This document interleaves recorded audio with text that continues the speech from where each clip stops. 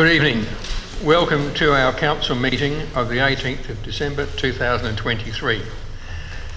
I'd advise you that an audio recording of this meeting will be made available for minute-taking purposes, and it will last the length of the open meeting. The audio file will be available on the council website after the draft minutes have been circulated. We have an apology from Councillor Gardner and Councillor Oliver. I ask you please stand for the acknowledgement of ownership and the local government prayer. The Alexandrina Council and its communities acknowledge the Narrandjeri people as the traditional custodians of the lands and waters of our council district. Almighty God, we humbly beseech Thee to grant Thy blessing upon the works of this council. Guide us in our deliberations for the advancement and the true welfare of the people of this district. Thank you.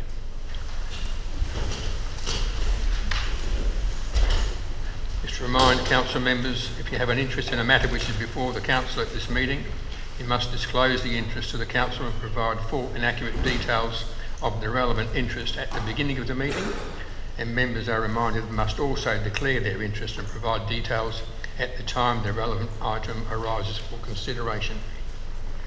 The first item is confirmation of our minutes of our meeting held on 20th of November, and there's a recommendation that they be received. Move Councillor Maidment. Seconder, Councillor Nicholson. All those in favour? Against? It's carried unanimously.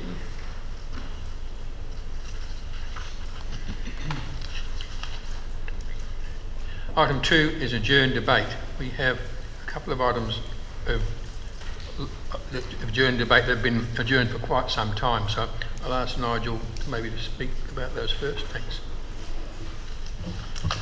Through the Chair, the first item we have today is the Clayton Bay Riverside Holiday Park new lease and expansion proposal. This one actually goes back to the 20th of June 2022. At the time it was moved by Councillor Revic and Councillor Gardner. What happens now is the debate actually picks up exactly where it was left off. Even though both those members aren't in the room tonight, you still do proceed with that. But should council want to move to the revised officer's recommendation, then if you need to first vote upon this one. So if it's lost, then we can then move to the revised recommendation. So the Mayor will now pick up where it left off nearly 18 months ago. All right, so the adjourned item 2.1 is the Clayton Bay Riverside Holiday Park new lease and expansion proposal and the public consultation outcomes. It has been moved and seconded. Is there any discussion on it? If not, I will put the item. All those in favour? Against? That is lost. So as Nigel recommended, we move to page 15 where you've got the revised recommendation, and that needs to be moved and seconded. Is there a move, Councillor Livingston? Just to speak to it? Yes, I was hoping to vary it, if possible. Yep. 1E, I would propose to vary that to say that we do not support an extension to the existing tenancy area at this stage by either lease or permit until such time as this chamber has been afforded the opportunity for a council briefing session. Or similar to that. Yeah, okay with it? Yep. So, okay. So, do you wish to speak to it now? Yep, just briefly. I do note that this has been going on for quite some time, and that the lease in particular is very important in terms of timing. However, given that a lot of the discussion in relation to the expansion occurred before this council chamber, before we were elected, I do think that there is utility in us being able to speak about it at a briefing and receive further information from administration on that. And also in relation to the 2023 Village Conversations, review that information as well. So do we have a seconder? Seconder? No. Good. Councillor Thornton? Any discussion? There's no discussion. Councillor, you speak to it? Yeah. Look, just a question. It's just not clear to me when it says until such times as the Chamber has been afforded further information. But what happens after that? Is there some decision to be made after that, or I'm just seeking some clarification. Through the Chair, the word extension in this instance is really hard because not only are we talking about a lease extension, which is the amount of time that's proposed on the existing footprint, which is what's proposing as a 20-year 5 plus 5 plus 5 plus 5. But there was a second item where the caravan park operators also asked for an extension of the actual area. So what Councillor Livingston's motion is saying is you do a lease over the existing area and that goes in for another period of time, but before council considers an extension of the actual area, that it comes back to a further briefing and more information is done. And in fact, the proposal from administration does talk about the fact that there is a little bit more work that needs to be done as far as the extension goes before that comes back to council as well. So that is before us to consider now. Councillor Nicholson. Yep. Question. At dot point 1C, it says that we're noting the proposed new lease and permit area in this report that reflects the current footprint of the Clayton Bay Riverside Holiday Park. Does that match the current lease, or does the current footprint and this new lease differ slightly from what the actual current lease area is? Sorry, there's just been a lot of information to wade through. I just wanted to check that.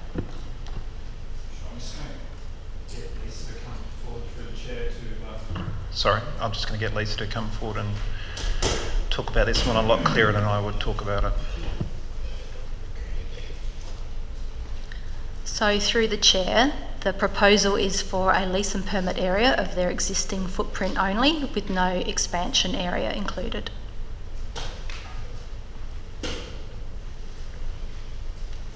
Lisa, it's the same as the existing. It's the same as the existing area. Through the Chair, that's correct. It's the same footprint as their existing lease. So is there any further discussion? Not. I will put the recommendation. All those in favour? Against? That's carried unanimously. We go to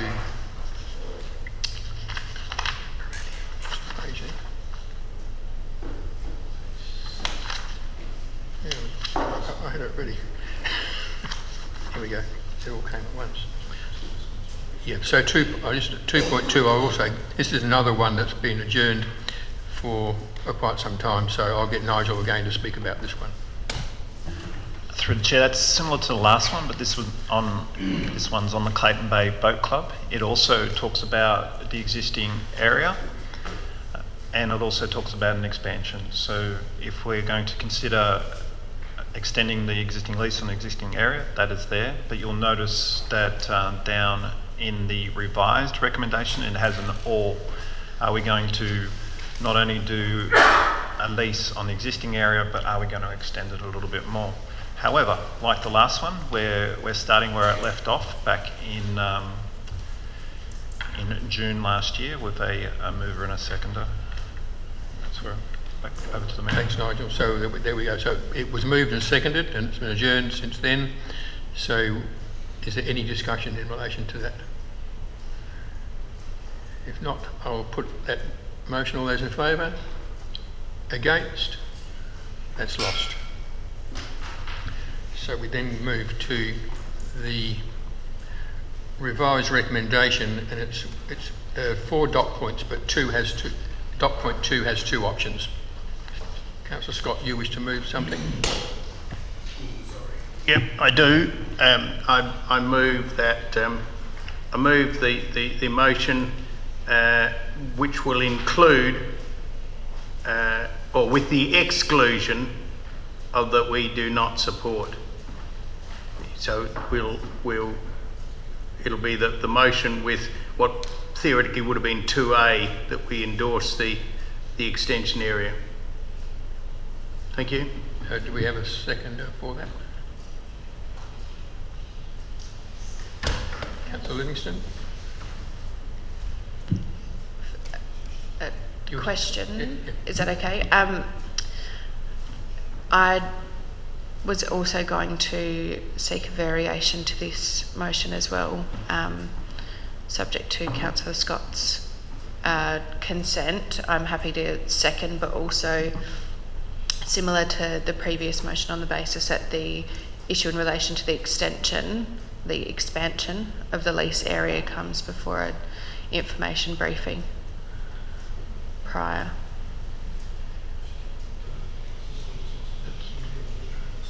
Let's change it. So, yeah, no. So councillors, that's a completely different to what the Okay. motion is, so it's not a variation. So you're seconding it still? No. So is there a seconder for it? Yep. Thank you, Worship. I just want to make sure I understand that Councillor Scott was moving that we don't, Moving that we do. that we do an extension. Yep. Okay. It's an extension to the lease and the extension to the area. You wish to second it? Yeah. And you wish to speak? Or you can wait later if you want, it's up to you. And also, thank you, Worship. I think this has been going on for a long time. I acknowledge that Councillor Livingston would have preferred to have a briefing, but we did actually visit this site and we did get to actually eyeball the size of what this is asking for. I think it's not unreasonable what they're asking for. I just hope that it's not just going to be a boat storage area, that it is actually going to activate, and we see a lot of activity down there. So on that basis, I'm happy to second this. Any further discussion? No? So before Councillor Scott sums up, I'll just say that I'll agree, it's been going on forever. I think we've spent more on this than the year's rent that we get from it. So these sort of things just cost council ridiculous amounts of money and go nowhere. It's a fantastic community asset and community group that supports that town. And it's a small town. The shop is just reopening, thank goodness. And that shop and that community needs things like the activity of the boat club and the one we've just voted on, the caravan park, to survive and prosper. And it's a shame that we're in an area where boating is at one of the forefronts of our activities and our way of life, and to sort of restrict a moderate little bit of growth is, I think, unfair, but it's up to you. I don't get the vote, unfortunately. But, so, Councillor Scott, do you wish to close the debate? I'll be relatively brief.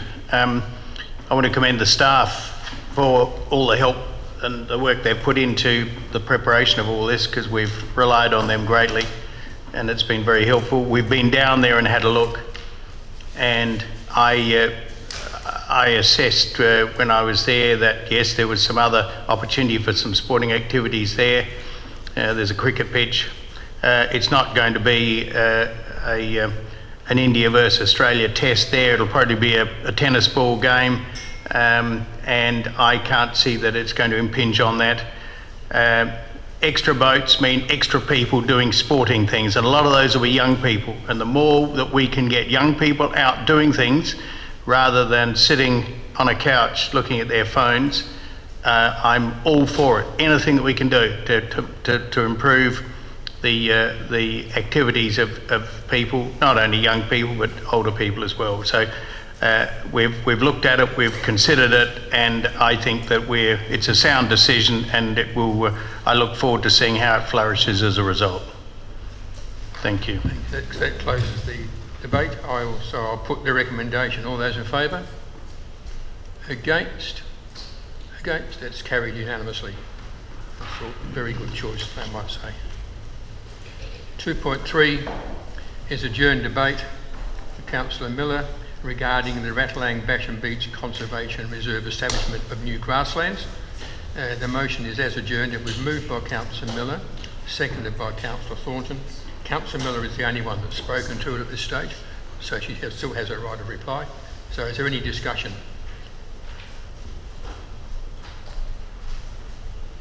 Councillor Nicholson. Oh, yeah, Nicholson. Thank you, Your Worship. Look, at this stage, I can't support this motion, while I do appreciate that it's really coming from a place of seeking more information for us and giving us reassurance that we're making a good and safe decision here.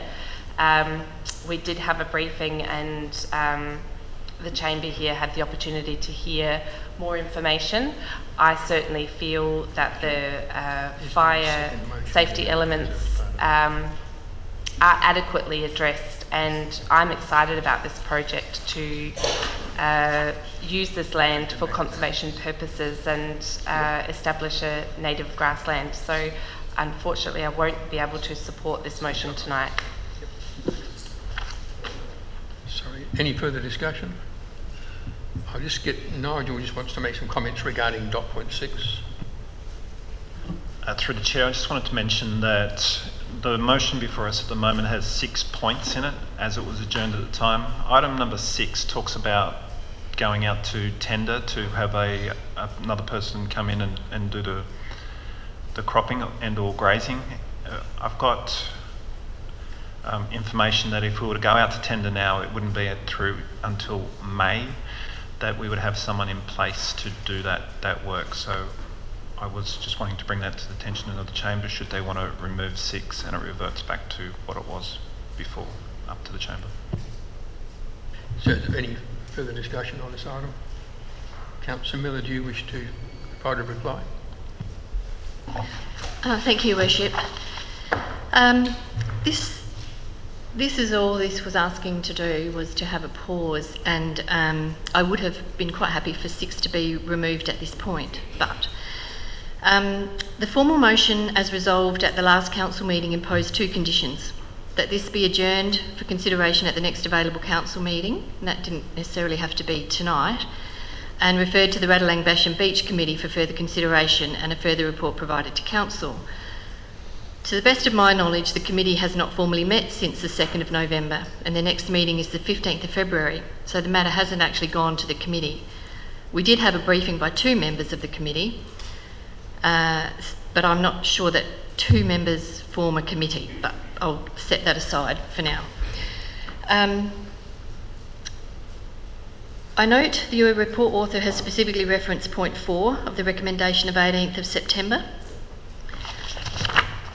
However, the report author does not reference point 3 of 18th September, that council support the proposal to restore native grasslands within the licence area, subject to further information being provided to the committee regarding actual costs to engage seeding natives.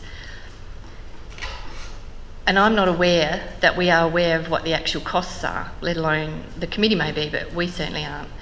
Point 5 of the 18th of September resolution, that council's compliance team perform a review of the detailed maintenance plans to ensure fire prevention is considered, particularly with regards to the area surrounding the Pleasant Banks homestead, including fire breaks and slashing to be undertaken. I'm not aware of that body of work having been undertaken, hence the pause request. And if I understand it correctly, that means the committee won't get those costs or bushfire plan until the 15th of February. And I hope that the information at least is considered at a formal meeting. Hence my request to pause. Because are we really going to start allocating $30,000 of public money from the existing work plan for the restoration of native grasslands within the area without that additional information and without a bushfire plan? The chair of the Ratalang Committee references in the minutes of their August meeting that short-term grazing of the 7.5 hectare may need to continue, hence the pause, because who would do that? The community has not been consulted. The change to this land was approved by council without communication or consultation with many who will be affected. As soon as it was announced, residents spent hours and days carrying out research using the Ratalang provided guidelines and had questions they would like answered. hence the request to pause. The one person surrounded on three sides and most impacted by this decision has not been consulted and continues to raise questions that are not being addressed in any formal way that I can see, hence the request to pause. Why is our European history any less important? There are numerous references throughout the 2018 master plan and previous master plans to European history at this site, and by that I mean grazing and farming. You will see on page 594 of the agenda from our last council meeting on the 20th of November, captured in the minutes of the 17th of October ASART meeting. Note the divide between council and primary producers. Well, the master plan for the conservation park speaks to preserving European history too, which was primary production pursuits undertaken on this site since settlement. Yet here we have an example of wiping out all but the Pleasant Bank homestead and ruins as traces of European settlement in the conservation park. I am sure many in the broader community would be saddened to lose the visual amenity of hay bales, grazing cattle and other agricultural pursuits, and instead have vermin and grasses and weeds to look at. But we haven't asked them, hence the request to pause. Since the 18th of September, I've spent time at the reserve and by invitation at Pleasant Banks. It's a time capsule which must not be put at risk. Last month we considered our heritage strategy, and Pleasant Banks is steeped in heritage, its buildings and familial connections. We need to fully test the merits of continuing this and have open vistas that provide visual amenity for the people who live in that area and the visitors who come there. There was the most recent information provided to council members from a member of the public identified 3 locations in the existing reserve not cropped or grazed. Why not focus on these areas of the park that could be filled with native grasses and have their seeds harvested as a trial first? Why not effectively manage weeds and vermin and rabbits in other parts of the park before we move on this project and create more area? There is an extraordinarily bad problem with vermin, rabbits and foxes in the existing areas of Ratalang. There's also a big weed issue, false caper and perennial veld, just to name a few too. A huge problem exists now, hence the request to pause. And probably the number one thought that troubles me is, why are we refusing to acknowledge the severe stress and anxiety this decision is causing the one person who'll be impacted the most? Since we made that unanimous decision, we've all been overwhelmed with conflicting information. Yes, we had a presentation from Seeding Natives and had 2 members of the committee available to respond to questions, which I very much appreciated, and I do value their expertise and knowledge. But what's wrong with a pause and continuing the status quo? The plants that have been identified for the different areas have far different growth patterns than we were advised, and I'm no expert in this, so I've got conflicting information, so I can't work out what I believe. In the recommendation to council, it stated that in fact the area would require slashing in summer. If slashing is required, will the Ratalang Trust pay for it to be carried out as often as is required? And what's the resultant fire risk following slashing? Are we going to keep these grasses at 10 centimetres during the bushfire season? And finally, the committee's 2nd of November meeting minutes read, the committee members requested that the review of the master plan be presented back to the committee prior to presenting the report to council. Therefore, a report won't go to the committee until February, which is that audit basically of all the recommendations in the master plan. And it's still not clear to me why this 10 to 20 year recommendation in the master plan has moved so rapidly up the priority list, hence the request to pause. I respect the advisory committee's expertise and knowledge and commitment to Ratalang. That's not in question. However, it is council that has care and control of this land on behalf of the community. A pause will allow us and the committee to show the community their views on what happens to this beautiful piece of land are important. We have the privilege to have the care and control of this. That currently has $500,000 in its trust fund. That must be managed in an open, transparent and accountable manner, hence the request to pause. No harm can come of this. I've been quite taken aback with the community response to our decision. To that end, I'm using language and words from some of the people who have contacted me. How can it possibly hurt to take a breath and test the merits of this decision with our community? This is a significant change to the use of the land. It will generate more interest going forward as the community sees the land use and landscape changing further. It's vital that the community has confidence in our decision making. If the plantings around Ratalang are genuinely good for the area, will not pose any kind of risk, will not lose beautiful views for our valuable tourism market, and will not increase vermin and weeds, then I cannot see why time cannot be taken to answer the fears and worries of residents and give them the answers to those questions.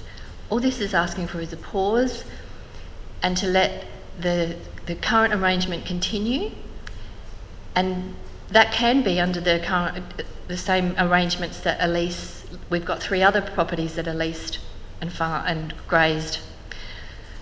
Why can't we just extend it for another year and impose those same conditions that the 3 other people who lease land for agricultural pursuits have? So I put this to you. It's just a pause. I think we may have gone well over our 5 minutes there, but we didn't have the time, unfortunately. So that's the end of the discussion on that item, so I'll put the recommendation to you. All those in favour? Against? That's lost. So that means we revert back to the original motion from the 18th of September 2023. So item 3 is presentations and deputations. 3.1 is a presentation from Mr. Steve Dick, the Facilities Director of the Goolwa Bowling Club, and he wishes to speak to us regarding some matters that are affecting the club at the moment. So, Steve, do you wish to come forward and speak?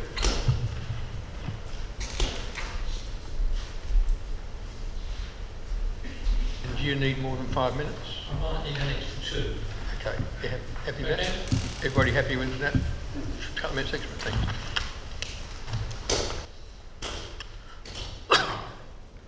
Mayor Parks, members of the elected council and paid officers who are present, thank you for allowing me to speak to your group tonight. My name is Steve Dick, as you've just heard, and I am currently the Facilities Director at the Goolwa Bowling Club. And I have been in the club for 10 years, and for most of that time I have served as a board member. We have a number of projects which we would like to undertake: refurbishment of the gents' toilet, replacement of the shades between 2 greens, A and B, and to update our lighting as required, but I haven't got prices on that one yet. These may sound as not difficult projects, and that is not quite true. Unfortunately, with costs that they are at the moment, to refurbish our gents' toilet, we have been quoted somewhere between $70,000 and $80,000. To replace our shades, somewhere between $80,000 and $90,000. And the lighting upgrade, I have not received the quotation for that yet. But from speaking to people in other clubs and looking at the comparability that we have, I would say somewhere in the region of $100,000. These may not sound like difficult things or expensive things, and you may think that the solution is merely, well, apply for a grant. There are grants available. Yes, there are, but it's not as easy as it sounds anymore. 7 years ago, I applied for and obtained a grant to refurbish 2 greens at the bowling club at a cost of $380,000. I applied to the government for a grant of $150,000, and that was given to me, and also the GST of $150, so it made $165. With an LGFA loan, and using the rest from club funds, we were able to fund that project, and we successfully upgraded our 2 greens. If I wanted to do that today, say $380,000, the club would have to put in $190,000 because the grant system on a state and federal basis has changed. Now you must put in 50% of the capital cost. We can't afford that. What club of our size could? I don't think so. So, for example, if I wanted to get 300,000 to cover the costs of what I've talked about, say 300,000, 150,000. Doesn't sound much, but it does to a club like ours because we haven't got a spare 150,000. If I went to the LGFA to take a loan through the council, I have to provide 20% of the capital cost. So $60,000 plus $150,000. Out of the question. Totally out of the question. I have a couple of other concerns that I want to raise. We had our 100-year centenary this year, and we did not have one acknowledgement from the council that that had taken place, which I think, when you consider it, is a little bit remiss because we are a fairly well-known club in the area. Also, 5 weeks ago, I came in to see one of the front desk staff and I asked whether you had a structural engineer available on the council. No, I was told, but I will find out for you and I will take your number and I will let you know as soon as I find one. 6 weeks later, no phone call, no email, no text message. Okay, members of the club have watched as the footy club has developed to great extent. We watched the new clubhouse being built. We watched the new light system put up. And I don't believe that that would have been minimal cost. I think we are talking about millions of dollars to do something like that. Light poles and lights of that calibre cost money, so does building. We have a current membership of about 160 people, and we also have 150 night owlers. Most of those people are senior citizens. We do try to attract younger bowlers. Now I'm talking younger bowlers, people around about 50. That's our younger bowler. And we haven't got many, I can tell you. It's all senior citizens. And that is why we keep our fees low. To be a member of the bowling club costs you $230 a year. That is all. Go to the golf club, it'll cost you $1,500. We run games 3 times a week in the winter, 3 times a week in the summer, and we run the night owls on a Thursday night, and we run a social bowls in the summer on a Friday night. I believe we perform more than just a facility situation. We perform a social service for our community. We look after our members. We look after our senior citizens.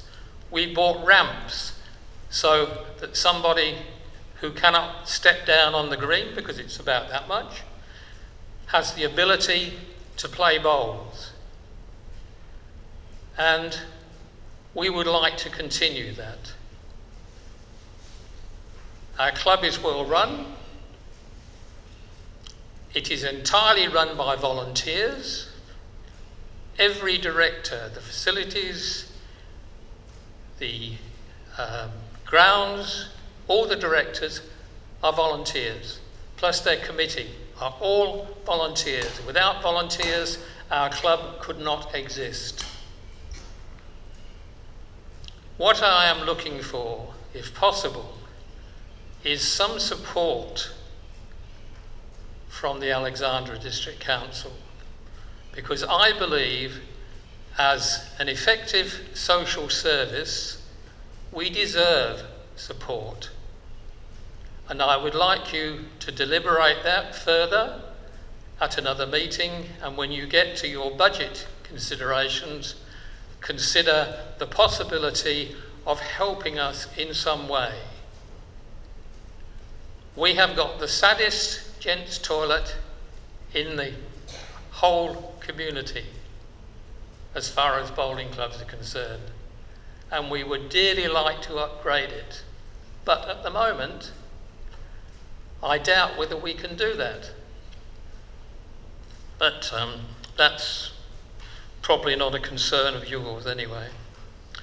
But thank you once again for allowing me to address you in this way. I really appreciate it, and I hope that something can come of it if possible. And I would be very willing to speak to any individual councillor who would like me to elaborate on anything that I have spoken about tonight. Thank you, Mayor Parkes. Thank you, councillors. Any questions, Steve? Councillor Coomans.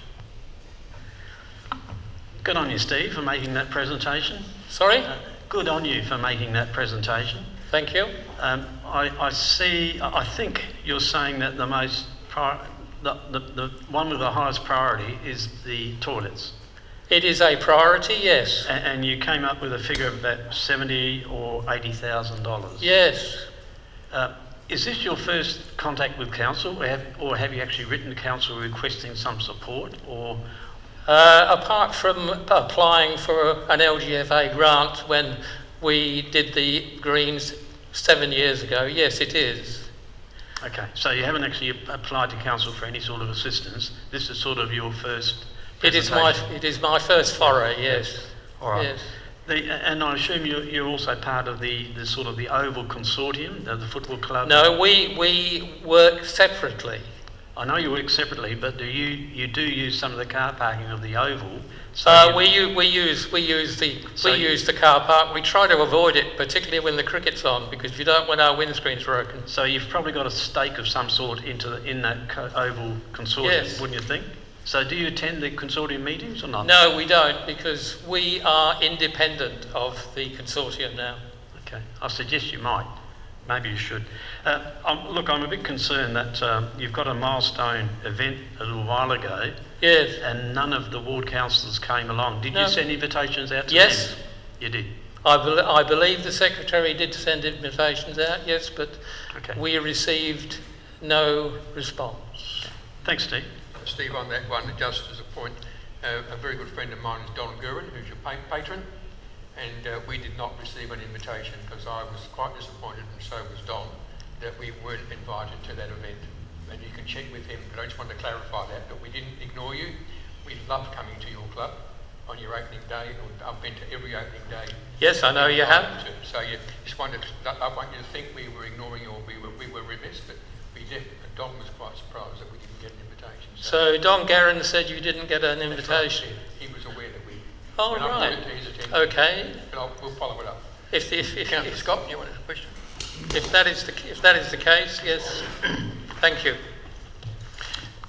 Yes, I'm just a little intrigued. We've just done a major setup down there at the Oval, and why are you separate from, why weren't you part of the whole Oval concept so that we could include that in any upgrades that you needed, could have been included in that great wad of money that's been spent down there. But being independent, we live in a time of collaboration very much these days, and going it alone can be a very lonely path to take. And I just wonder how come you didn't put your oar in when we were doing the Oval?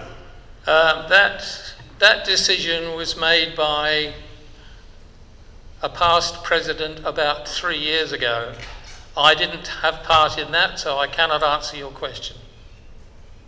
And it's a separate lease. Yes, we're separate. Our lease is actually separate at the moment, isn't it, Mayor? Yep. Councillor Yes. Nicholson. Thank you. Thank you very much for your presentation. It's wonderful to hear more about the club. I drive past and see all the action and often wonder a bit about it. Congratulations on your 100 years last year. I think it's wonderful that a club like yours is so active and that really contributes to community wellbeing. I'm wondering, with the 3 projects that you've identified, the refurbishment of the toilets, shade and lighting, we, council, like you, as I'm sure you appreciate, have a number of projects that we would love to fund as well, and we have to prioritise. So I'm wondering, in those 3, what would be the highest priority, and could it be possible for the club to look at going for a grant again? You've had success in the past, to at least get one happening, while we can in the background start the process of considering your club in our budget deliberations. Yes, I can put a formal application in as far as the toilet is concerned, if you wish. Most certainly. Yep. Thank you. Just about out of time. Any other questions? The only thing I would suggest to you, Steve, is having done the lights on the netball courts, the original light towers that were there, which are very similar to the light towers on the bowling club, I think when you write to council, it would be good to ask for our engineering people to come and discuss it with you, because you may find that those towers, we don't have any engineering drawings on the foundations, which means they would have to come out and new towers be put in. But Yes. something that you should consider. But we can help you to make sure what's available.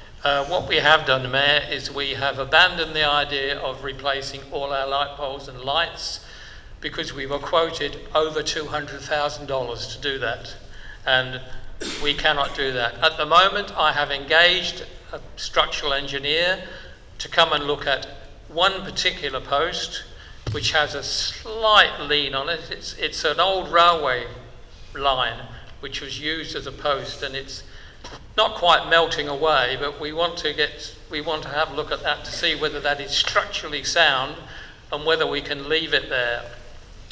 I have also spoken to a crane operator in terms of getting it removed. It has to be removed, and the costings for that part of the job are not prohibitive.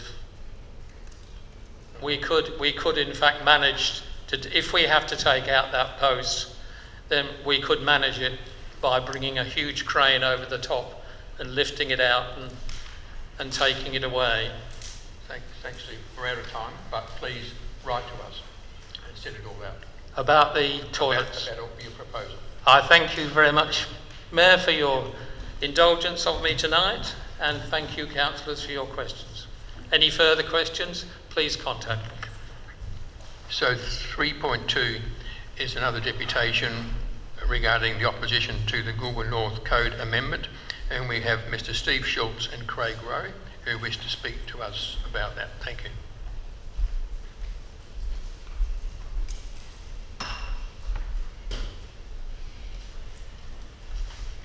You need more than 5 minutes? Yes, please. Could we be granted an extra 5?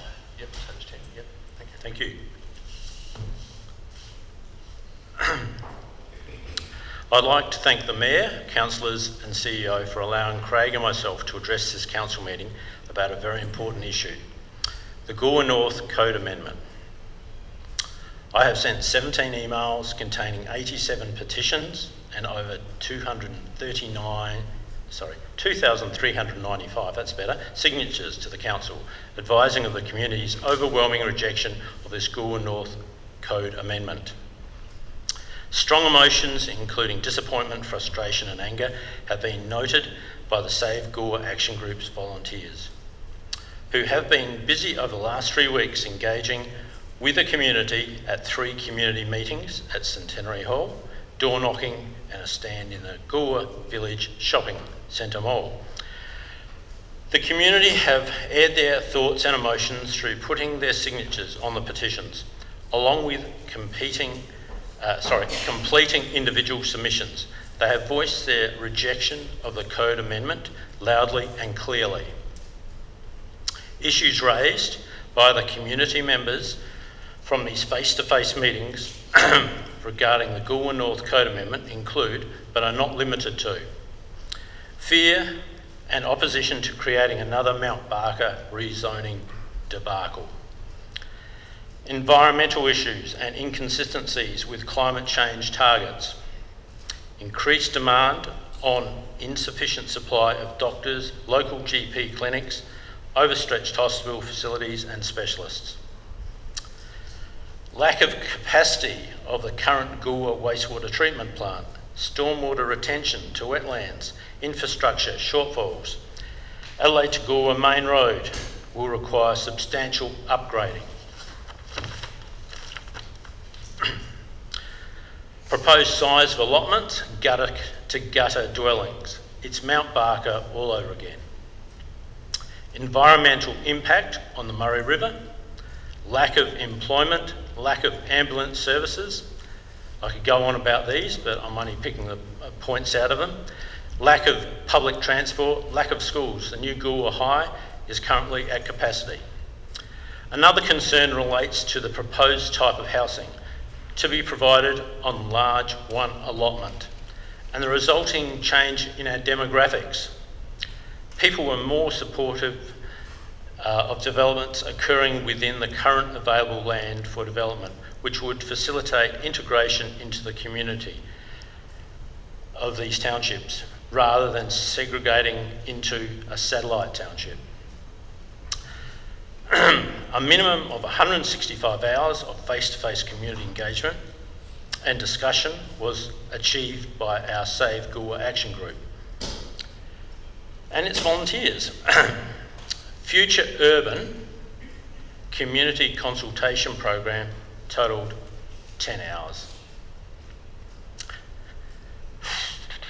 The community members continually shared their reasons with the Goolwa Action Group volunteers for choosing Goolwa as their home. Retirees, holiday shack owners and people from all around Australia came here to escape suburbia, to relax and slow down and embrace the unique fabric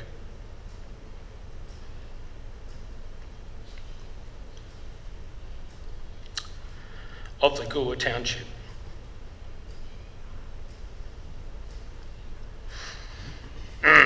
We all know and understand development needs to and will happen.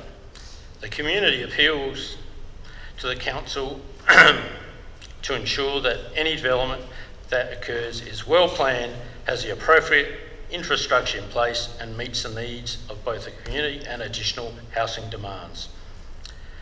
As Mayor and councillors, you each have an obligation and duty to your people, the ratepayers, to protect the integrity and the fabric of this community. The first town in Australia and outside Europe to be accredited as a slow town, a slow down town, and that's why people come here. Thank you. Thanks, Steve. Did you wish to say anything? Craig? G'day members, good to see you all again. I just want to expand on a couple of Steve's comments.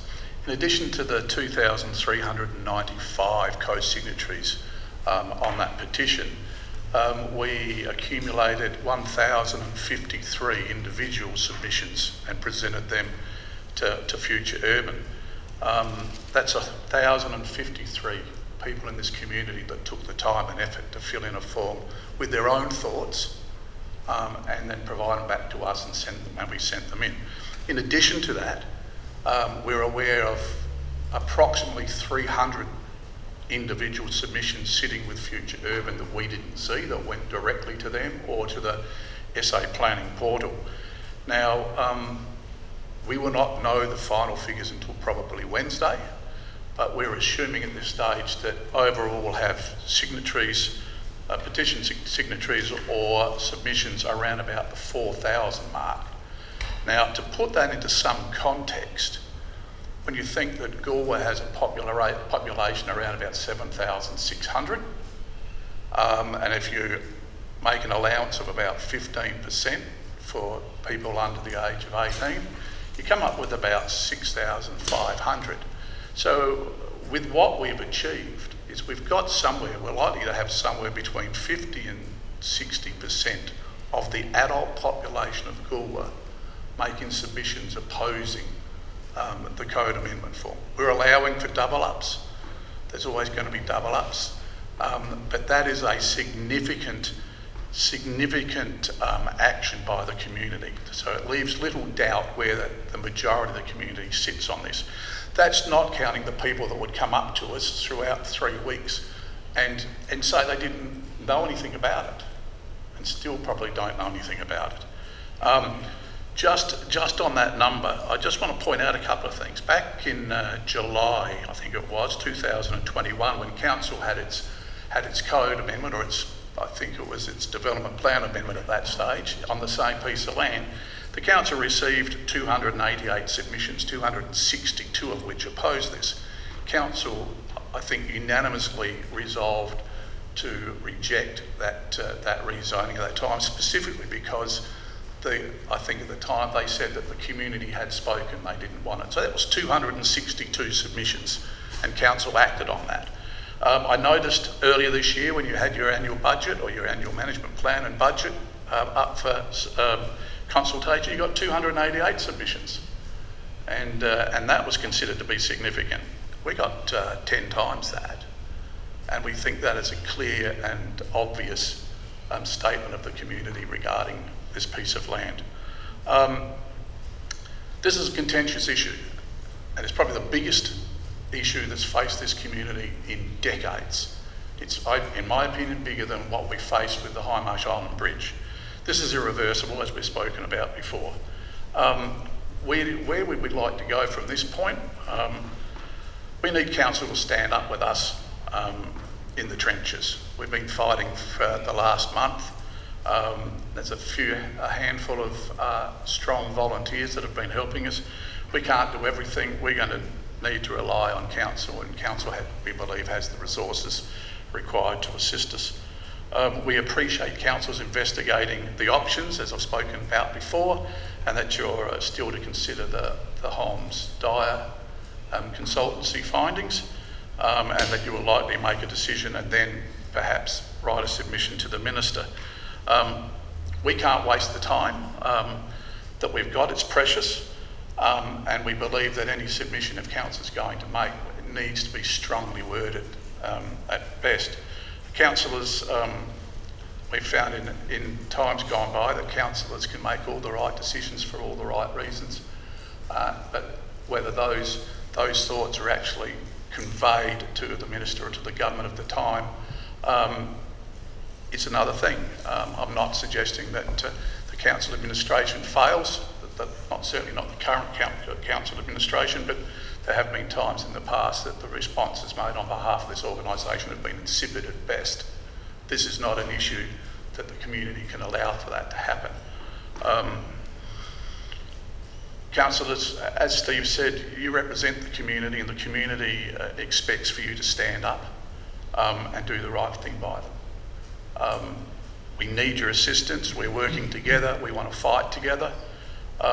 Council is the local planning authority, and the legislation has changed over the years, and we've become a little bit of a toothless tiger in this regard. And we're being dictated to, well, you are being dictated to by the state government. We would have thought that the state government, in making this decision, would have consulted Council up front before announcing 2,500 allotments at North Goolwa. I think it's a slap in the face for this community and a slap in the face for this Council. And I know Mayor Parks, I know firsthand that he was absolutely shocked when the announcement was made, because we had only met with the Minister a week before and didn't hear anything. We need Council to take the reins, make a clear decision as soon as possible, and tell the committee where you stand. They want to know. They want to know exactly where you stand. We've been told or asked by the community on numerous times over the last 3 or 4 weeks, where does Council stand on this? A lot of people thought this code amendment was Council's code amendment. They thought Council was pushing it and supporting it, and we had to explain to them that in our opinion that was anything but the case, that Council had unanimously resolved to reject it. They also suggested that there was a lack of trust with council and that council was missing in action, and we had to correct those statements. So the community's worried about it. The community's worried that council's not being seen as leading the charge. What we would like council to do, as I said, take the reins. There's a couple of options, and I think council's considering these. We'd like to see the council write or engage with the Premier, the Deputy Premier, the Leader of the Opposition, and any minister in the state government that's relevant to this, and strongly make them aware of this council's lack of support for this code amendment. I'll just very quickly, one important thing I'd like the members to consider. I don't like telling you how to do your job on most occasions. I think that there's an opportunity here for council to get legal opinion regarding what the minister has done. The minister in this code amendment process has the ultimate say at the end of the process. And if you can remember back to my previous presentation to you, I showed you a copy of the minister's letter in regard to this code amendment, and his final statement was that he would not make a decision on this code amendment until the process had been completed and all information was available. 2 days after he initiated that document, he made the announcement that there was 2,500 allotments being released at North Goolwa. So in that 2-day period, he changed his mind or had forgotten that this had to go through a rezoning process. I think that the opportunity, I think the council needs to seek legal opinion as to whether the Minister for Planning has preempted his decision, and that anything that he does now is at odds with the provisions of the Planning and Development and Infrastructure Code. And I think that there's a strong argument here that he's got a conflict of interest and that he should step aside from making this decision. But we need council to take the front step. We're here to help. We just need you guys to lead the community. Look, I thank you for your time again. It's much appreciated, and we'd be happy to answer any questions you may have. Thank you. We're going to run short on question time, but are there any questions? No, that's good. I think we've all talked about it a lot. Thanks, Craig. Thank you very much. Thanks for your time and reputation. Thanks for what you're doing. 3.3 is a deputation regarding the revocation of community land at Lot 87, Stirling Court, Strathalbyn. We've got Tony Hickson would like to make a deputation regarding that. Welcome, Tony.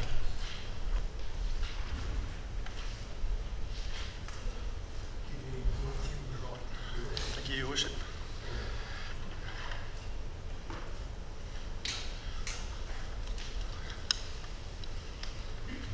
Just like to thank you for the opportunity to say a few words on this proposed revocation of and sale of the reserve on Lot 87 Stirling Court.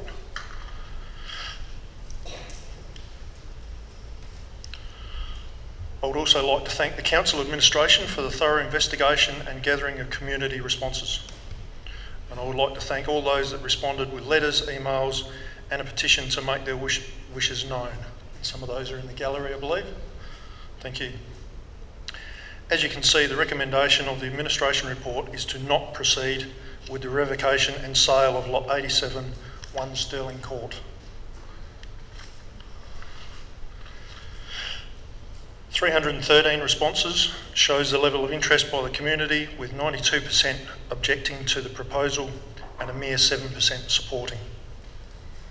Among the key themes in objecting to the proposal were: 1, council should retain all community land as council assets. 2, it is used by horse riders and walkers with or without dogs. And 3, it's a natural corridor for wildlife. In summary, we simply ask that the councillors listen to the wishes of the community and the recommendation of the administration report and vote against proceeding with the revocation and sale of this reserve. Thank you. Thanks, Tony. Any questions or Tony? No? Councillor Nicholson. Thank you. Thank you so much for presenting to us again. In the report, there was comment of the horse riding trails that are used on this parcel of land, Yes.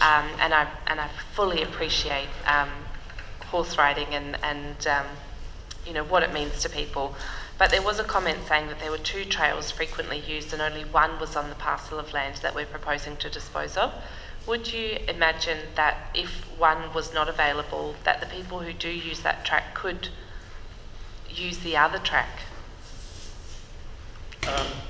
Parcel of land is like 5 acres of land. Where that track is just the entry, where the horses and walkers and dog walkers and stuff are condensed into the small space to get through. Once they're on the parcel of land, they fan out. So that parcel of land will be gone, so there'll just be the one track following the creek. Don't know if that answers the question. Any further questions? No? Thanks very much, Tony. Thank you. Thanks for your time again. Thank you. Thanks. Appreciate you coming.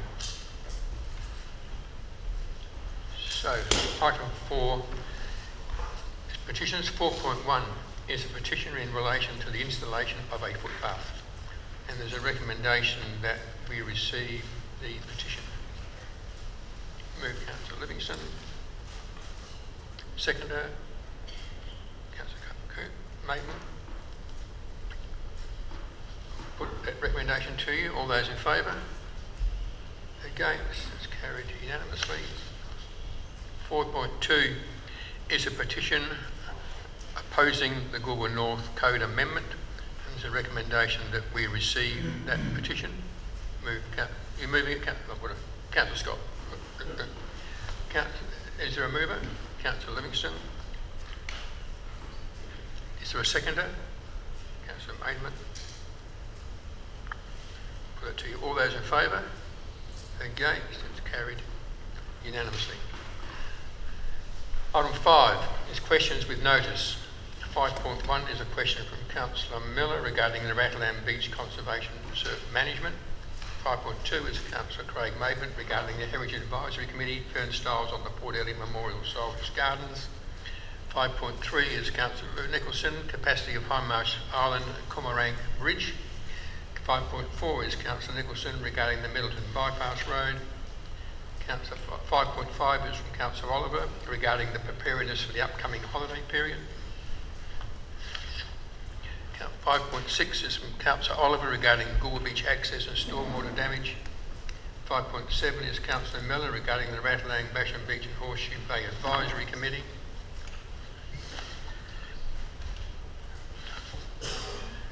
5.8 is from Councillor Miller regarding the Goolwa Wharf Shed grant funding and the acquittal requirements. 5.9 is from Councillor Maidment regarding the Malang boat ramp.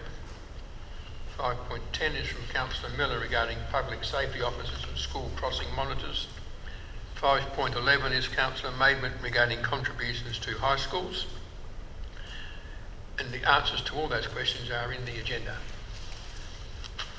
So item 6 is questions without notice. Are there any questions without notice? Councillor Coomans. Look, thanks, Mayor Parks.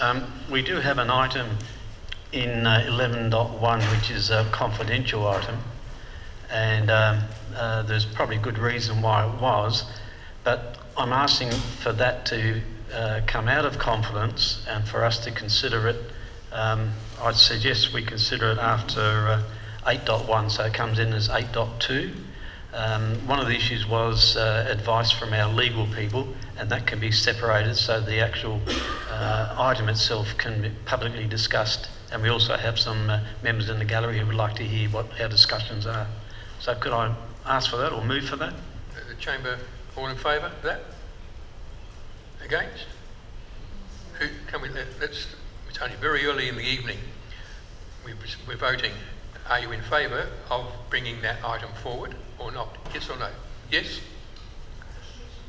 No. I don't know what's hard about it. What's the question? Well, I've got a question. So is this a motion without notice to bring forward an item? It's you can ask from the floor that we change the order of the agenda. Anybody can ask that. We do it all the time. Regularly do it. We move things out, we move things around, and we ask, particularly if we've got people in the gallery who are sitting here listening and we've got some item that's going to be heard at God knows what time of night, We don't want them having to sit here and wait while we go through the whole agenda to hear it. So I can't remember I couldn't tell you how many times we've done it. So all we're doing is bringing it forward in the agenda. So, What is the item? Councillor Coomans told you, 11.1, it says the item regarding the Oscar W, which was a confidential item. It no longer needs to be confidential, as he's explained to you. We just have to retain the legal advice in confidence. The rest of the item can be heard in the public gallery. It is valuable information to the community, and it should be heard. And we don't want to keep those people here all night. They might need to take the boat out tomorrow, and we don't want them being tired doing it. So, is all those in favour that we bring it forward? Against? It's carried unanimously, so thank you. Are there any other questions without notice?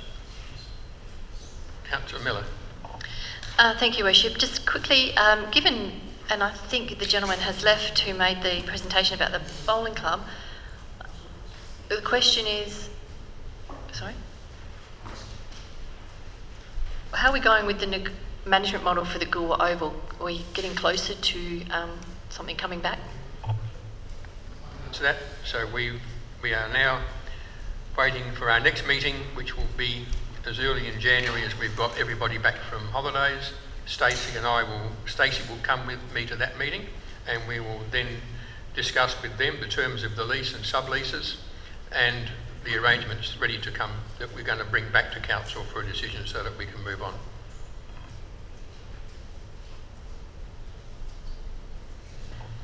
And just quickly, another question. The Audit and Risk Committee meeting that was held on the 8th of December, there are no minutes to receive, and I had a couple of questions that related to that. I'm just wondering when we will be receiving the minutes from the Audit and Risk Committee that was on the 8th of December. Through the chair, unless I get a shake of the head, it will go to the January meeting. Yes. Any further questions? No, so we move to item 7, which is notice of motions. 7.1 is from Councillor Nicholson regarding a little Corella management. It's moved by Councillor Nicholson.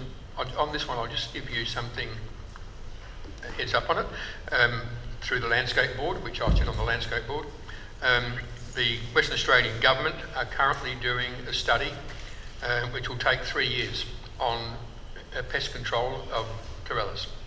And so the Landscape Board are talking with them about getting involved in this program, and Nigel and I discussed it, and we've written to the Landscape Board offering to be part of the trial program.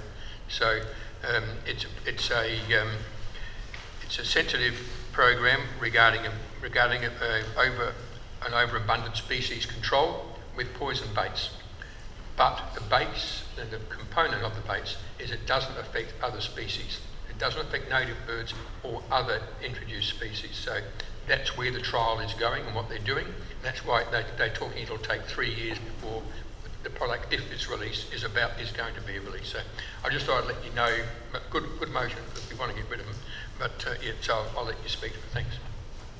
Thank you, Your Worship. Little Corellas are a native Australian bird. They are intelligent, social, adaptive, and join together in large, noisy flocks during the warmer months. I think they're beautiful, entertaining birds, and I know we all appreciate and respect native bird life. There is a problem, however. Little Corellas love open spaces where they can view potential threats and predators, tall trees with few other trees around, and easy access to water sources that don't require them to bend over too far. When these conditions are met, little Corellas gather in large flocks and have extended stays in an area. Problems such as damage to trees, crops, built infrastructure and noise pollution disturb local residents. Alexandrina already actively works to deter large flocks of little Corellas in our region. Past practices have included gas gun, gas and trap program, whip cracking, bird of prey kites, lethal shooting, clapboards, bird fright explosions, bird of prey noise machines, and the use of supervised hawks and kites. Current practices include an aeroplane drone, rotating lights and laser gun, and clapboards. The areas in our region that are mainly concerned are at the Strathalbyn Oval, Polo Grounds and Old Bull Creek Road, Goolwa Oval, Port Elliot Oval and Caravan Park, Milang near the railway display area and Clayton Bay at the main reserve south of the caravan park. Middleton also has problem areas at times. What I'm asking the Chamber this evening is to support the request of a report that outlines our current strategies used and what strategies we could implement in the future together with the costs. There is a significant body of research and departmental recommendations to draw on. I've already received an email from a private contractor following the release of the agenda on Thursday with information on a system called Chirp that has been used with reported success in Murray Bridge. It appears there are options for this chamber to consider, and I believe many residents of Alexandrina would be very keen for us to do so. It's not the birds that are the problem exactly. It is the created environments that encourage them to stay longer in larger groups. Deterring and culling is only reacting to the problem and not always addressing it. It's clear through all reports on Little Corella management that collaborative strategies are essential in preventing the problem, with local and state government working together. I understand our CEO and Mayor are already strong advocates for this issue and have put Alexandrina's hand up to be involved in a trial with the Landscape Board if the opportunity arises. So the second part of my motion seeks to reiterate Alexandrina's desire to move forward together with state government on this issue, and I hope you will support this motion. Thank you. Do we have a seconder? Councillor Maidment. Any further discussion? Councillor Scott. Yes, I just, with respect to the motion, and I know there's been an awful lot of problems, we've heard about it a lot. I'm just wondering though, in the light of what has just been said about the Western Australian thing, do we need to put the staff through the business of doing us a report? Could we go straight to number 2 and wait for the result of the Western Australian project as a sort of a change, rather than creating yet another report about a lot of stuff we've already heard about? It's just a question that I'm just wondering, that's all.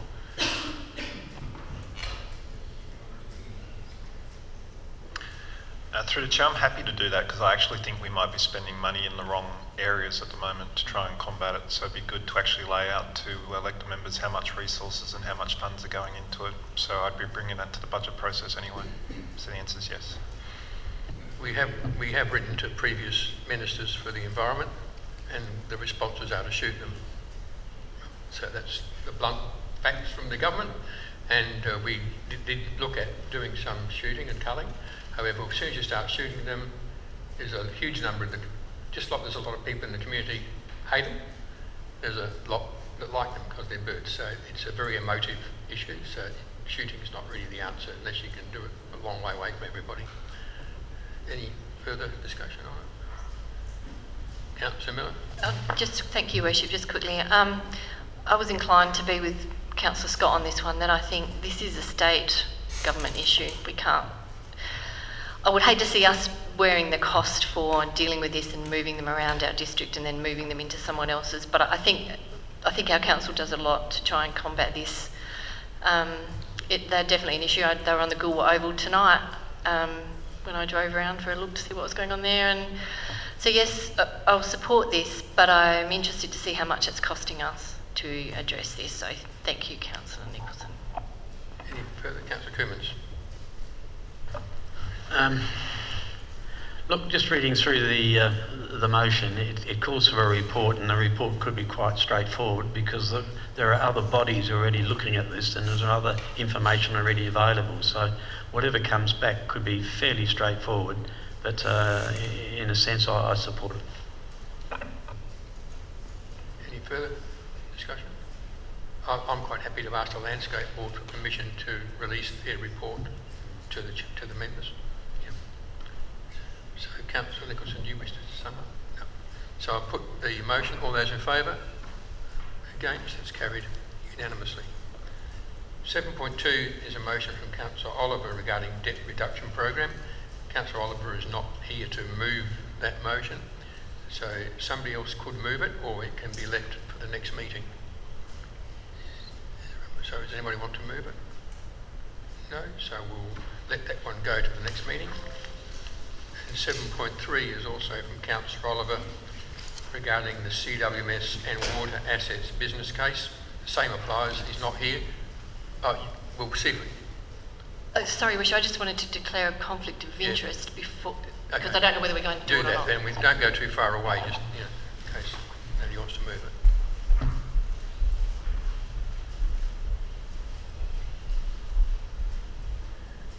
So as Councillor Oliver's not here to move it, if nobody wishes to move it, it can just lapse and go to the next council meeting. So, Councillor Maidment, do you wish to move? So to the CEO, this would be a large body of work to get this business case. Through the Chair, that's correct. That's why the officer's comments talks about getting a business case to the 24-25 annual business plan and budget. So maybe if Councillor Oliver moves it to the January meeting, he can talk to it then, and Council can decide during the budget process whether they keep moving it forward. So nobody else wants to move it? No. So thank you. So we'll let Councillor Oliver know, and he can put it into the January meeting. So we get Councillor Miller back.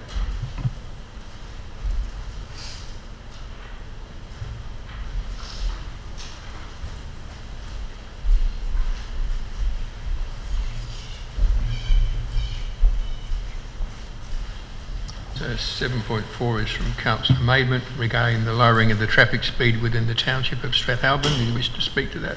Yeah. Okay, so this motion came out of the village conversations where obviously I attended, and quite a few people showed some concern about the number of B-doubles coming through Strathalbyn. I know we can't stop that. It's not the intention of this motion. And subsequently I attended a Department of Transport meeting at Strathalbyn, I think it was last week, and was reminded that along with other people that were there, was reminded to raise this matter with traffic speeds, particularly along South Terrace, East Terrace, which are Department of Transport roads, West Terrace and North Parade, which is a very narrow street. As I said in the motion, Strathalbyn is obviously growing. There are a couple of major subdivisions which are, one has already started, and there's probably 20 or so houses in that area just off of South Terrace or Santa Grove Road. And we are going to have 250 houses out in that area in the very near future. There's another development happening off Old Bull Creek Road, and that will divert a lot of traffic down North Terrace on their way through to Adelaide. But particularly when you consider the B-doubles that come through there, and I sat on the corner opposite the railway station, and within 20 minutes there was 20 B-doubles passing along a very busy road. They traverse South Terrace and go past the school on Kellington Road, and as I've said here, there's 1,500 students, and when you have school drop-off and pick-up, it's very congested anyway. You've got to negotiate buses pulling out, kids walking across the road, and the time it would take to go from the roundabout on the South Terrace to the school, you'd only be slowing traffic down by less than a minute. And I think it's very important that we look after all our pedestrians, our people, seniors in there with their gophers, and our disabled people that are also in wheelchairs and gophers that need to cross that busy road. So I'd hope you'd support this. The township is growing at a faster rate, and with an increasing population and the number of heavy vehicles passing through the shopping precinct, I would hope that you would support this. It's only a review of the speed limits. We do have a traffic engineer on council staff now, and I don't think it would take a lot of administration time at this point. So do we have a seconder? Councillor Thornton? Any discussion? Councillor Nicholson? May I ask a question? Would this be able to be conducted within current budget, or would it need additional budget?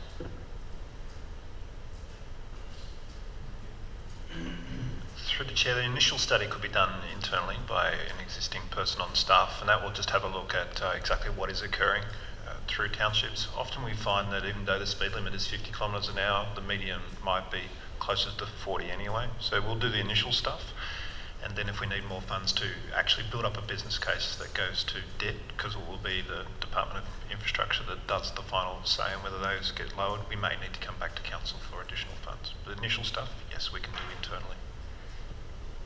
Any further, Councillor? No. Thank you. I think this is a really great idea, and I understand the impact that the huge trucks have on pedestrians in our small towns, particularly if this is able to be done in the current budget. I would feel very supportive of it, but I do wonder if there are other areas within our region that need to be included. For example, Goolwa Road through Middleton has the exact same problem, and I know residents there strongly feel that a lower speed limit would benefit that road with the trucks going through. So I wonder if we could vary the motion to add in Middleton, and perhaps there needs to be other areas as well. Through the Chair, we're actually doing a study down at Middleton at the moment. Mr. Baker, you want to help me out with that one? Just having a look at the traffic coming down, I believe it's Flagstaff. I won't preempt it. I'll wait till he gets the microphone. Yeah, that's correct. Through the Chair, there is, you'll see some markers on the road, some pressure markers that are on the road that DIT have put out. There's some just as you coming out of the township towards Flagstaff, there's some there. And there's some beyond that towards the railway line as well, so to take some measurements of movement in that respect as well. So, and that's just prior to us actually going ahead with the pedestrian crossings. Any further discussion, questions? Councillor Miller. Just very quickly, Your Worship, I think this just highlights the rub that we have in a growing community, in an agricultural community. You know, machinery and equipment is getting bigger, and B-doubles are necessary to efficiently and effectively move produce around our region and down to the island. I know the Southern Hills are looking at the freight route. I think, well, I'm not saying we have to live with this, but I do think a review would be good, just to give some rigour around data and numbers and speeds, and remove anecdotal discussion. But of course, safety must be at the forefront. So thanks, Councillor Maidment. Any further discussion? Councillor Maidment, you wish to? No. So I'll put the motion. All those in favour? Against? That's carried unanimously. 7.5 is a motion from Councillor Coomans regarding a review of the Alexandrina Council differential rating system. It's moved by Councillor Coomans. Do you wish to speak to it? Yeah, thank you, Mayor Parks. I guess when I proposed this, I expected the farming industry to arc up and immediately start a campaign of lobbying and elected members. But unfortunately, they have already decided that Council is about to take away the 17% rebate, and that is not the case at all. And just to solidify that, I'm asking a slight variance to the motion at dot point 1, that after the history of the primary producers reduced differential, including a comparison of increased against residential rating over the past 5 years, and these are the words, noting that the current 17% rate rebate for those who rely on farming for their primary source of income remain.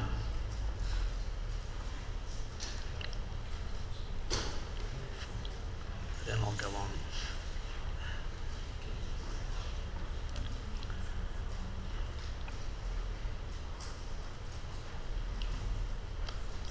I did have, no, I'll wait for that.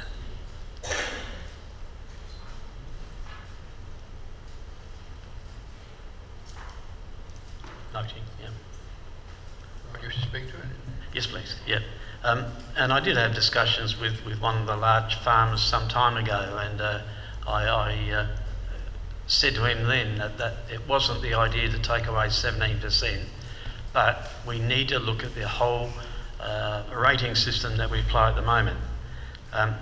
In terms of the farmers, I consider many of them as in the dairy industry as friends, and I've never said that I wanted to take their rebate away from them, but I have said to them that it's time for a review of the differential rating system and even go wide and look at capital valuations versus land values only, and even the fixed amounts and the CWMS as a separate business unit. That to me is being a responsible and caring council member. This is not about primary producers, those who are the food bowl of the community, but there are also many others like hobby farmers who gain success in being classed as a primary producer and hence attract significant benefits in taxation savings, in purchasing of equipment and products, etc., when it's questionable that they are really primary producers. Maybe there needs to be some criteria set so council is able to make some decisions on who receives the rebate. Some are family-owned businesses who are the pillars in our community and should be protected. But there are also many others who are multinational conglomerates or even international conglomerates, and I'd question that they be given special treatment when the most vulnerable in our community, like pensioners, single-income families, younger citizens who are starting out in life wanting to purchase a home, and all who don't have the benefits of being able to claim their rates in taxation or in general purchases. Even those with a small home business may obtain a small benefit in savings, but not like the bigger businesses. I think we need to gain a better appreciation on how others like and some unlike councils handle this. Other councils have different rates for vacant land, for commercial and for industrial lands.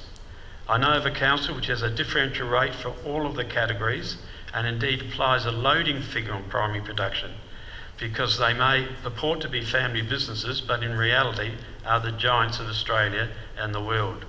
Other councils discount or load different categories in a differing manner to Alexandrina. I also think that landowners with vacant blocks who sit on this land for years to gain the maximum price in a particular selling market and hence are at odds with the state government's intent to identify vacant land to build houses for the general public and affordable ones for those who need a hand. Maybe there ought to be loading on residential blocks that remain vacant for a period of years. So I think it's time to have a look at all categories and see if there's a way of providing a better balance in terms of ratings right across the categories, and remembering the rating system is a tax, so that when we consider the annual budget, we make sure it has a level of fairness for all of our ratepayers. I ask for your support in having a broad look across all the categories of land use. Thank you. So, do we have a seconder for this? Seconder, Councillor Maidment. Any discussion? Yes, Councillor Nicholson. Thank you, Your Worship. I initially was quite hesitant to support this motion, but I can see the benefits in us looking at a report. I can see the benefits in having a look at what we are doing, what others are doing, and considering that, and it may be that nothing changes, but at least we're making an informed decision going into this budget. So considering that it's just a report that we're asking for, I feel comfortable with receiving that. Is there any further discussion? I don't know what you're doing, Councillor Scott. You're waving to me or putting your hand up. You wish to speak? Thanks. Yes, I wish to move a formal motion that this be adjourned until after the next election.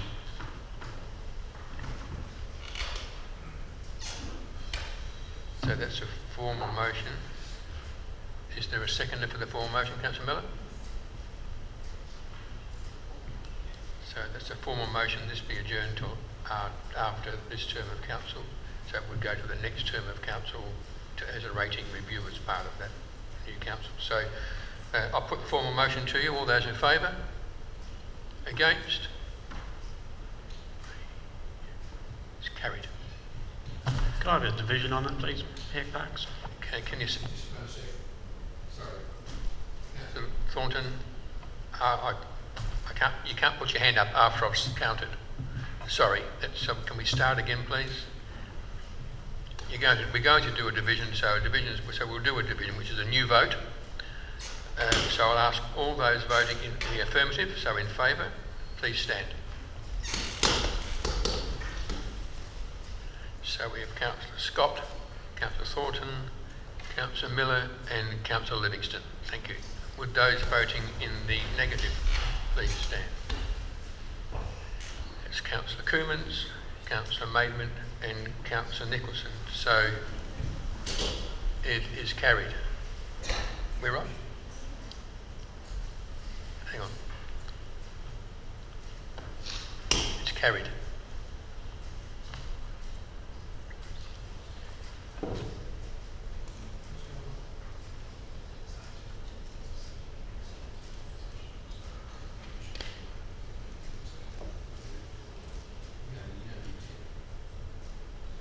The 7.4 is Councillor Nicholson's motion to fully fence the Bristow-Smith Nature Playground in Goolwa. It's moved by you. Do you wish to speak to it? Thank you, Your Worship. Recently I was contacted by a local mum asking for council to provide a fully fenced playground for children along coastal Alexandrina. It raised an issue that I've been aware of for a long time, and I'm very glad to be discussing with you in the chamber tonight.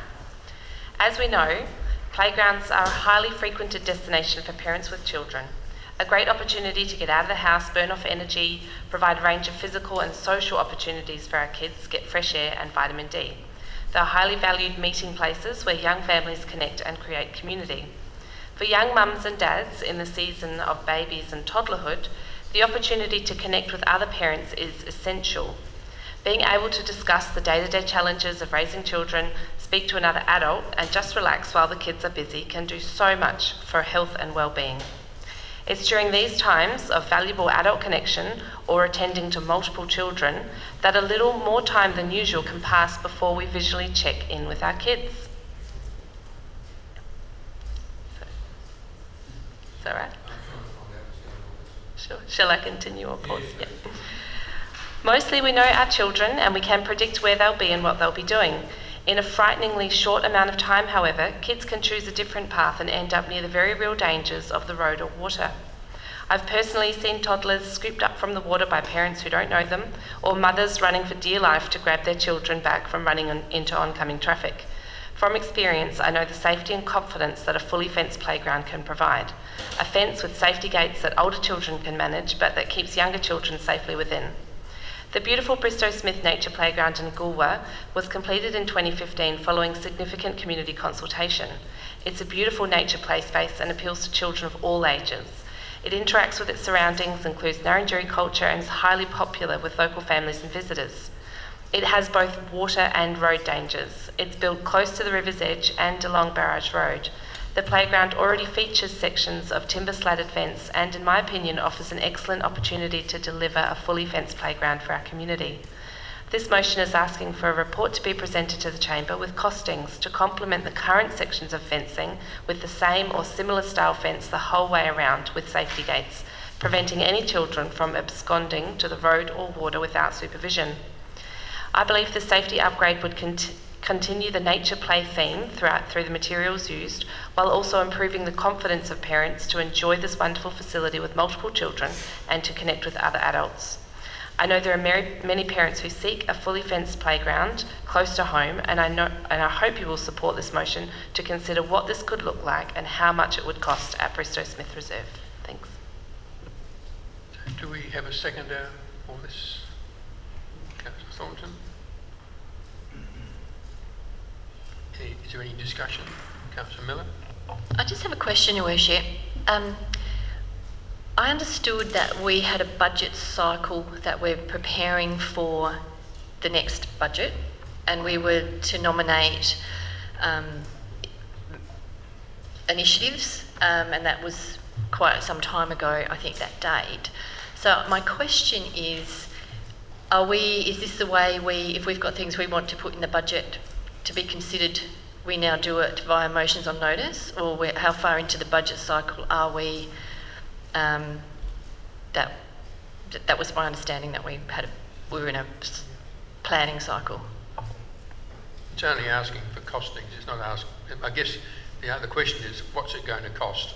So once you know the cost, then you can say, well, okay, we'll put it as a budget bid for next budget.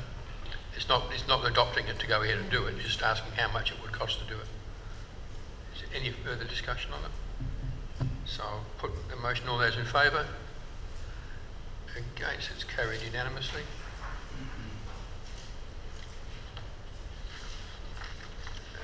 8 is administration reports. 8.1 is the Strategic Land Program Group 1. It's regarding number 1, Stirling Court, Strathalbyn, community engagement outcomes, and there is a recommendation before you. And move, Councillor Miller. Is speaking, yep. Thank you, Worship, and I'll keep this really short.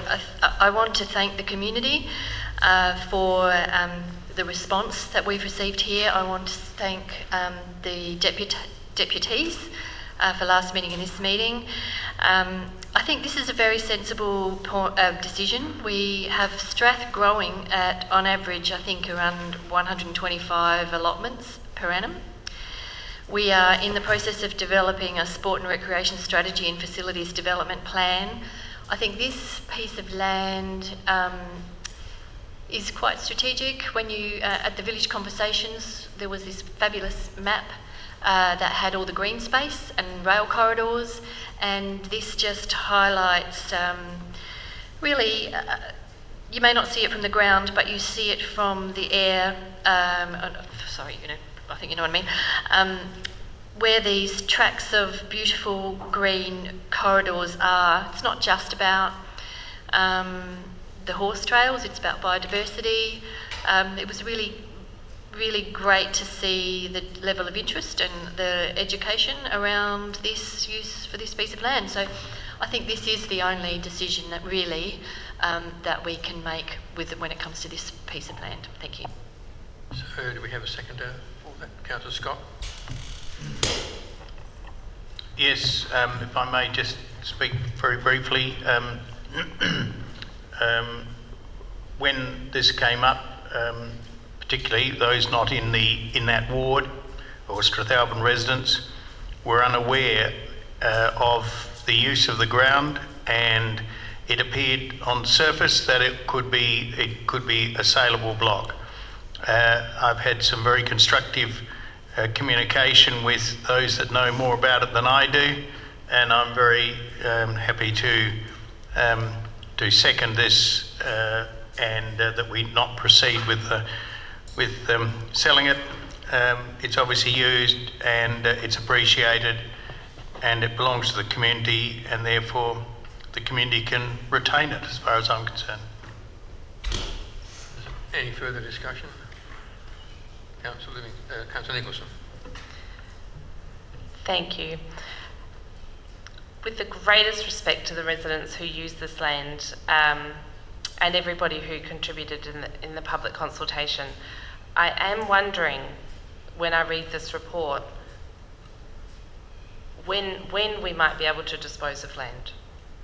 I think that we're always going to have opposition, and I respect and I absolutely will accept the vote tonight. But I'm just wondering, this chamber has resolved to seek opportunities for land disposal to support the priorities and objectives of our wider community. We have just purchased strategic land in Strathalbyn, and I do believe that land disposal is an important part of sustainability for this council. We know that nearly every bit of land will have some opposition, and we must carefully assess the level of use and possible alternatives for users against the broader opportunities for Alexandrina ratepayers.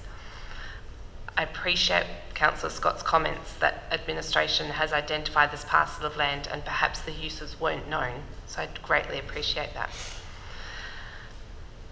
I do believe that we need to be steadfast in our mission to deliver the ambitions of our communities and make hard decisions about land disposal. That might not be tonight, I appreciate that, but I just wonder if we do need to consider land that comes up in the future, how we're going to and when we're going to make difficult decisions to dispose of the land when there will always be opposition. Thank you. Any further discussion? Councillor Maidment. Interesting comments from Councillor Nicholson, and I'd echo a lot of what she has said. When are we ever going to sell a piece of land that is open spaced, if you like? Strathalbyn's got 4 creeks running through it, 3 creeks and a river. We have lots of riverine environment and open space. We're going to be not gifted, but we are going to be handed over more and more as these developments come on stream. The Hickenbotham development, the Oakford development, both at Piper's Crest and off Bull Creek Road, and the Hampton Road development. We're going to get a lot more of this land. And Strathalbyn already has over 100 hectares of open space, which is more per head of population than any other urban area in South Australia. We have lots of it. This particular block of land, when it first came up, I thought, now this is a Monty to sell this. You've got a 5-acre parcel in a reserve, which is about total of, 12, 13 acres. I've visited that piece of land on plenty of occasions. It lends itself to a 5-acre block with 1 house and some shedding. It has trees around the perimeter, and the bulk of the land is just grassland. It's on a rise, and it doesn't impact any nearby residents. So I thought that this was going to be something but there has been a lot of opposition. I do know people that live by, this is anecdotal, they'll tell me that they couldn't care less whether it's sold or not. So, what do? We're looking to, as Councillor Nicholson said, we purchased land for the entire community to use within the township, and this is really, it's a piece of land which is used by a select few people in that particular area. Any further discussion? Councillor Miller, do you wish to write a reply? Just quickly, thank you, Worship. And I accept your points, Councillor Nicholson and Councillor Maidment. I think they've been articulated really well, and I accept we did fully endorse a strategy around this, but that doesn't mean we just do it without taking heed of the feedback from our community. Perhaps this piece of land's time has not quite yet come, and I think if that's the position we take on it, we don't know what's going to happen with Strathalbyn. It's growing so quickly. Just for now, I just really think this is the prudent, responsible approach to take, that we don't sell this piece of land. And that's it, really. Thank you. So that closes the discussion. I'll put the motion. Or the recommendation. All those in favour? Against? So that's carried. And I think the problem here is, as it's been mentioned, we've got an enormous amount of these pieces of land throughout the council area, and they cost all of our ratepayers money to maintain. No matter how little maintenance they get, it's still a cost. And you're right, every time we've looked at something and thought we should sell it, nobody wants us to sell it because they don't want anybody living next door to them. It's one of those things, every time there's a development we get handed some land, and usually it's the piece of land they don't want. So it's a hard one, and I can understand people not living by it, not wanting to sell, but it's just another cost that we've got. We're trying to get rid of, and as Councillor Maidment said, we're trying to buy land that's going to benefit everybody. And so anyway, just trying to ease the brake burden a bit. So the next item is 11.1, which we moved from the confidential part back to here. So 11.1 is the Friends of the Oscar W governance arrangement, and there's a recommendation with 7 dot points.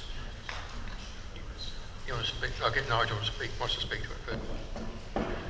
Through the chair, I know it was late in the afternoon today, but I was requested and it was foreshadowed that it was going to be moved out of confidence. So what I've done is actually withdrawn the confidential item which was on the agenda. I did send out a new report, and the only difference between the new report and what was in the agenda earlier was the legal advice. The reason why it has been done that way is because as soon as you hear something out of confidence, then the whole body of the report comes out of confidence, which would have included the legal advice. We always keep legal advice in confidence. So what we're hearing now, or what we're considering now, is a report that hasn't got the attachment of the legal advice. But of course, you don't really need to have it attached because it was already presented to you at a forum and it was already in the agenda, so you're fully informed of the legal advice anyway. Maybe we should take any questions if I've confused the chamber on that one. So without going into any debate on the item, are there any questions about that process? And it's about the process, not the recommendation. Councillor Nicholson.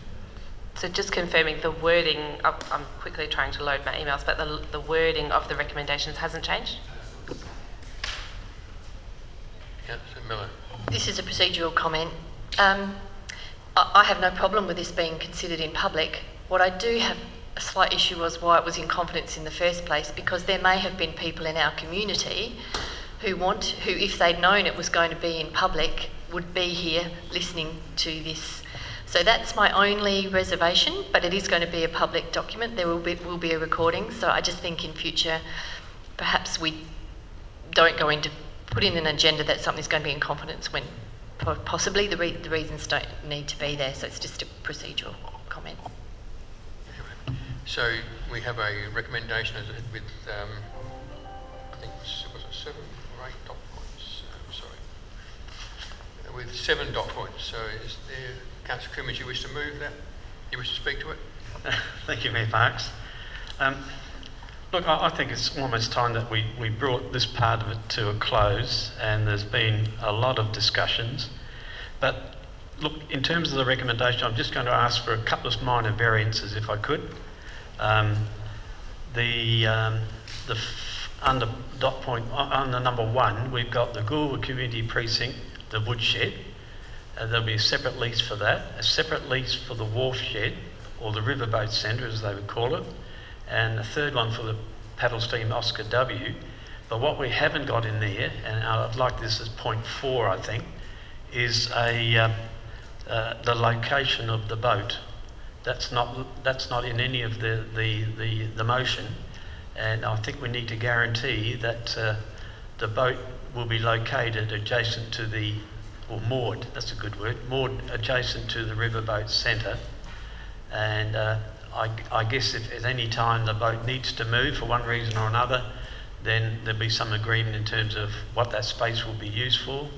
And I think this, at least for that, needs to be separate because there's quite a bit of wording required around that one as well. The other one I'd suggest is, I'd ask for, is at point 6. Point 6 talks about the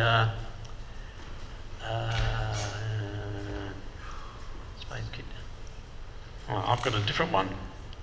The slippage requirements. Sorry, the recommendation I've got noted here is slightly different, but we talk about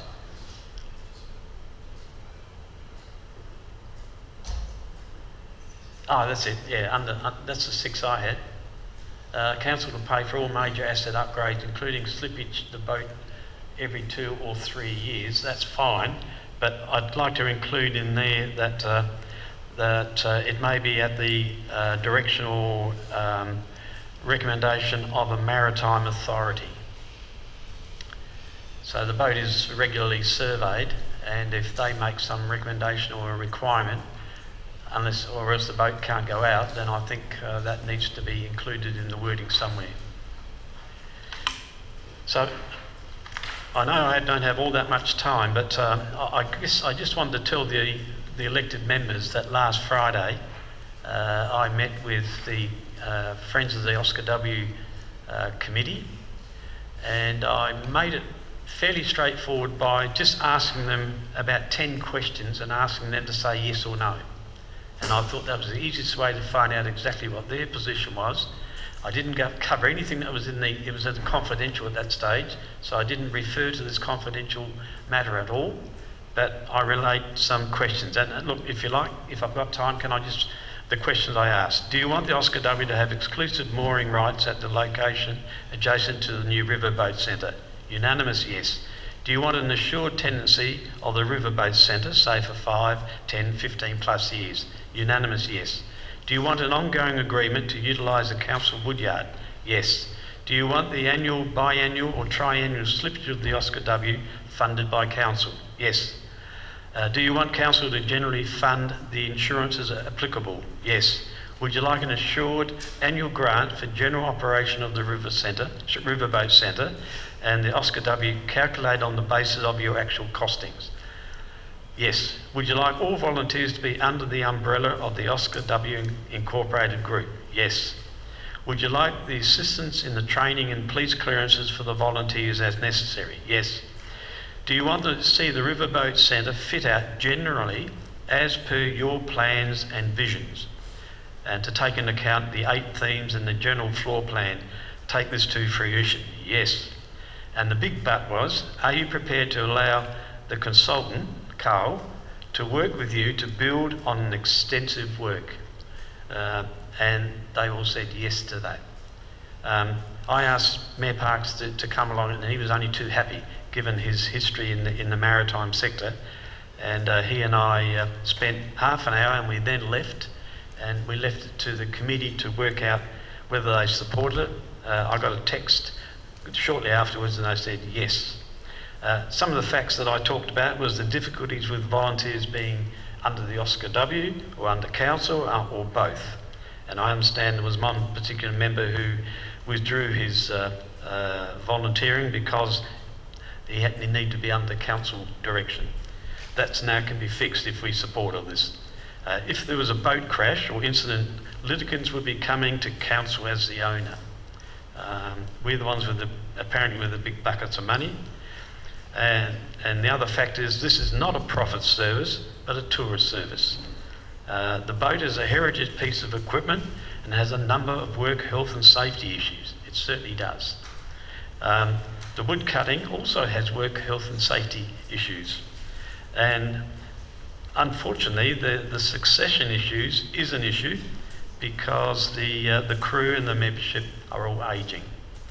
And we talked a bit about the insurances, and there's any number of different insurances that need to be considered, and council takes up some of those, and some of the public liability, association coverage, personal accident would probably become under Oscar W. And then we talked about the solutions in terms of how the management, how the governance could be taken with the Oscar W group. And it could be that they stop volunteering and make the boat a static display and the centre is staffed by paid staff. We could go to an open tender to operate the facility or even sell the boat.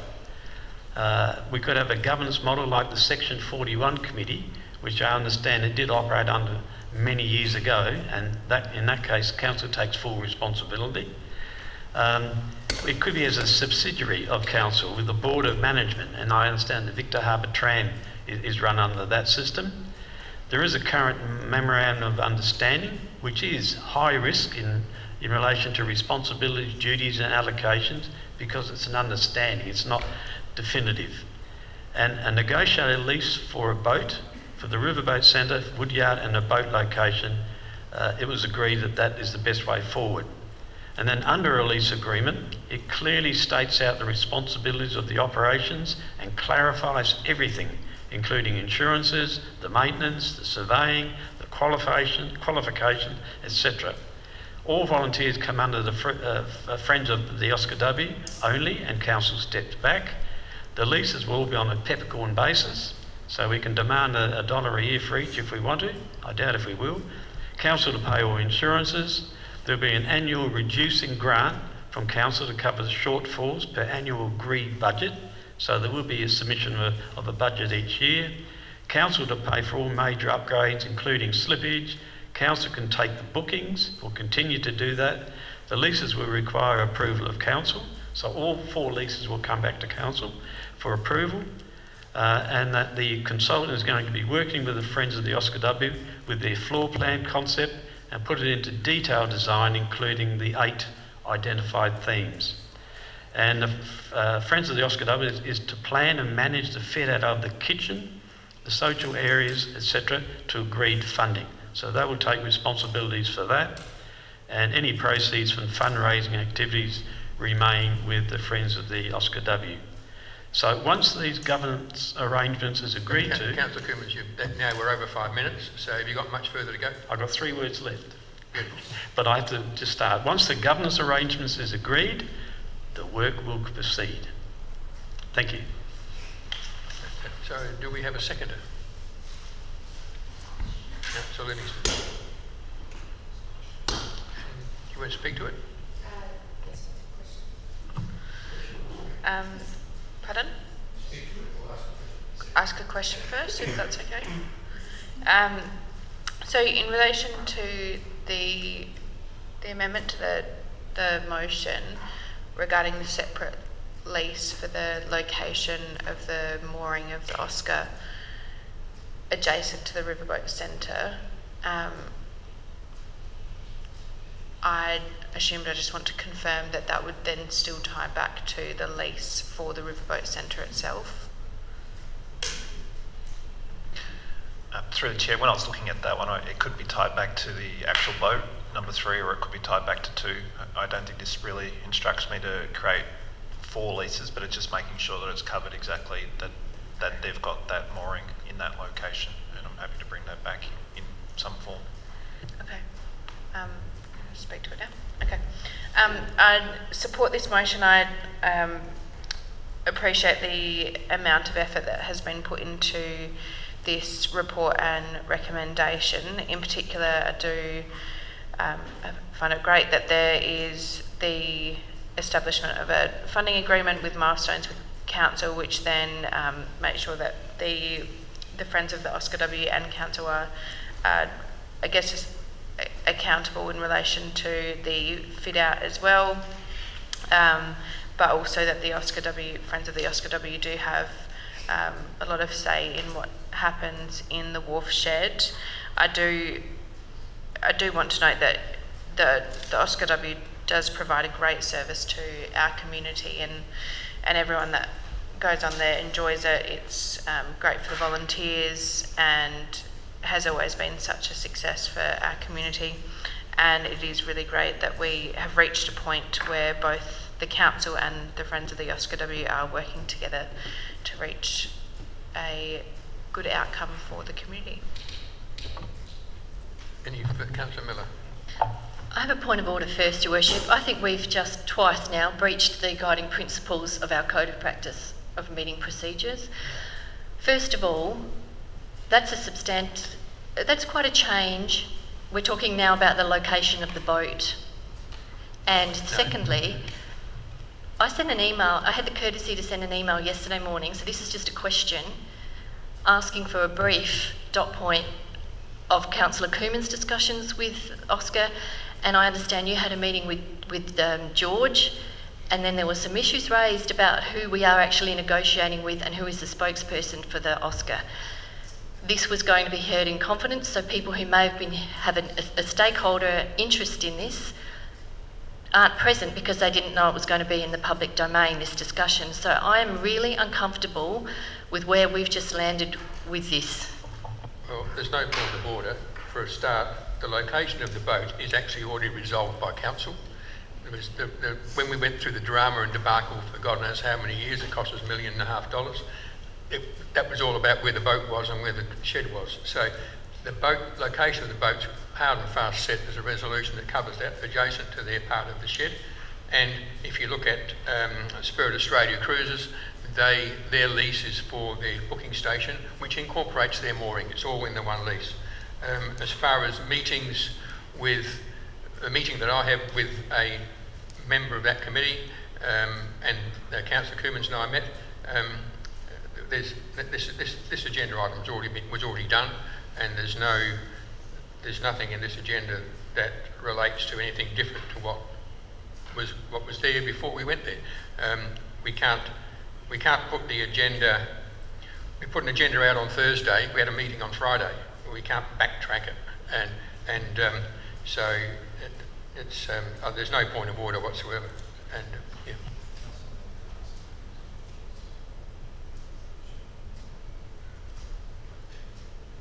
I mean, if you think you want to move, not that it will gain anything, but if you wish to move into confidence for some reason, you can, and you'll need to state the reason. I'm not asking to move into confidence. I'm talking about a procedural issue where I'm glad it's in the public domain. I would have liked to have had a short-term suspension of meeting procedures to discuss this, but I have one question before I speak to the item. Did we actually ask the OSCA anything they're likely to say no to, or did we just ask them all yes questions?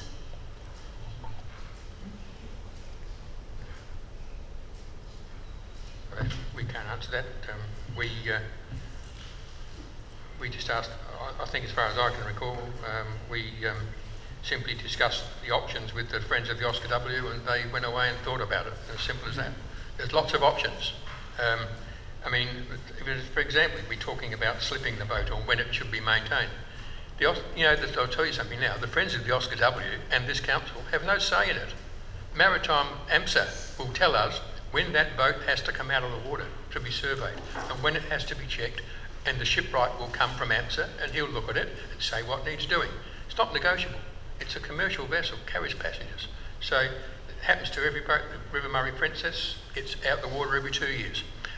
So there's nothing new about it. So it's straightforward. There's lots of things you could do and go, as Councillor Coomans mentioned, all the options and ways it could be handled as far as the administration of it.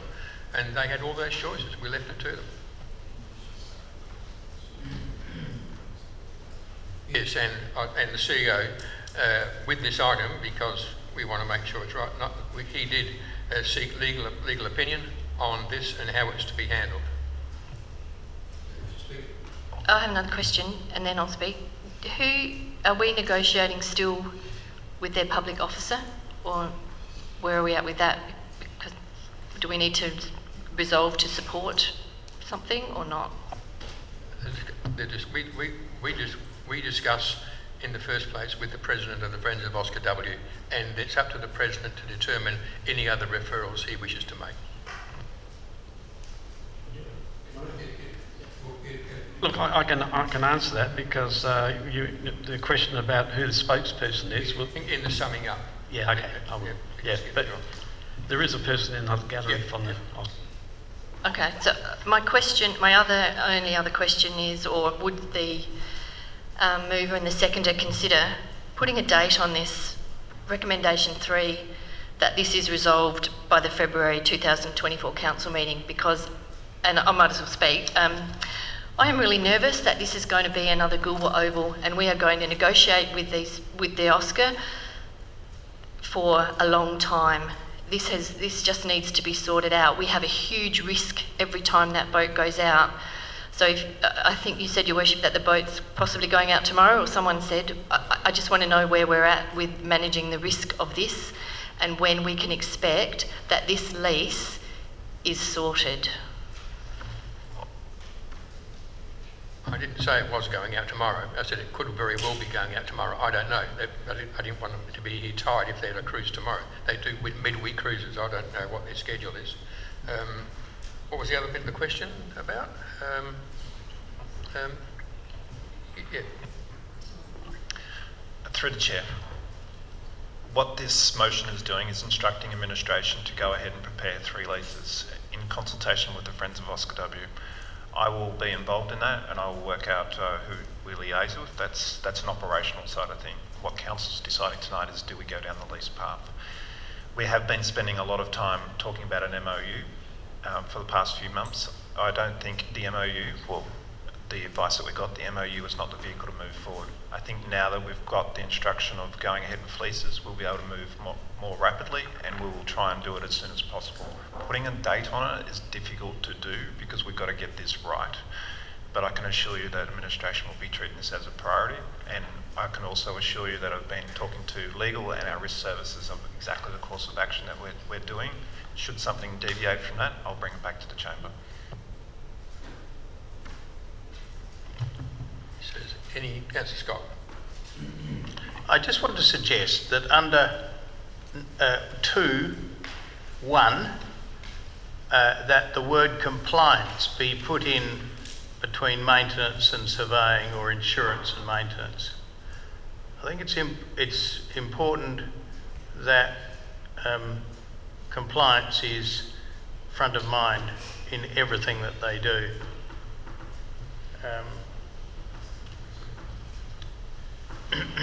We can ask them for a second. They have no say in it, to be honest with you. I mean, you put it in there, they've got no say in it. They get told by the government what they're to do. So are they happy with that? Yep. So you still talk that, Councillor Thornton? Yeah. I just have 3 questions. One is, how do we ensure a driver of the boat if they're not an official council volunteer? Like, how does that work? They have their own public liability insurance. That we're paying for?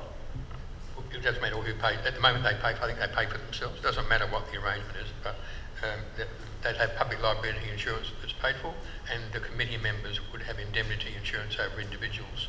Yeah. So they previously paid for it, but this motion is saying that we pay for it? Through the chair, there is currently insurances with the Friends of Oscar W. There's also insurances with council, but what I will be bringing back is the lease arrangements and exactly how it all works, and that will spell out exactly who's responsible for what insurance, and that can be voted upon at that time. Okay. In terms of the location of the mooring, so this isn't changing what a previous resolution was on where they'd be? Okay. And lastly, in terms of question 2.2, section 5, they already operate at a loss that we obviously cover, so how does this grant stuff function? So what we're talking about is something that's been going on for years and years and years. The Oscar W, so the Oscar W, Friends of the Oscar W run the boat, they have for ages. They used to take the bookings and collect the money, and the money would come to council and go into a line account for the boat, so that when repairs needed to be made, that money would be there to support the cost of whatever needed done to it. And then then they have a small amount of fundraising they do just for themselves for the Friend, which is minimal and covers some of their bits and pieces. So all that's changed is, since the previous long time ago situation, before when it was a section 41, is now council takes so council would still take the bookings on behalf of the Friends. The Friends would advise council when the boat's available for cruises. They work it out a schedule of cruises, they let council know, council takes the bookings and advises the Friends. The money from those bookings comes to council and is held to offset the maintenance cost. So all council's doing it's done forever, is topping up that maintenance if there's a shortfall. At one stage there used to be a substantial amount of money that would be held and would cover most of the maintenance. But it varies because you never know what you're going to have to do when it comes up.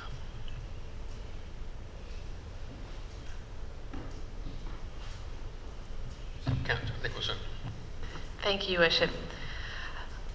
I think safety and protection through appropriate insurance is essential for all volunteers and our community. I'm very pleased that the current risks have been identified related to the Oscar W operations, and that we have moved quickly to mitigate these through a consistent volunteer model and formal lease arrangements. I have 2 areas of focus in the progress of the Wharfshed.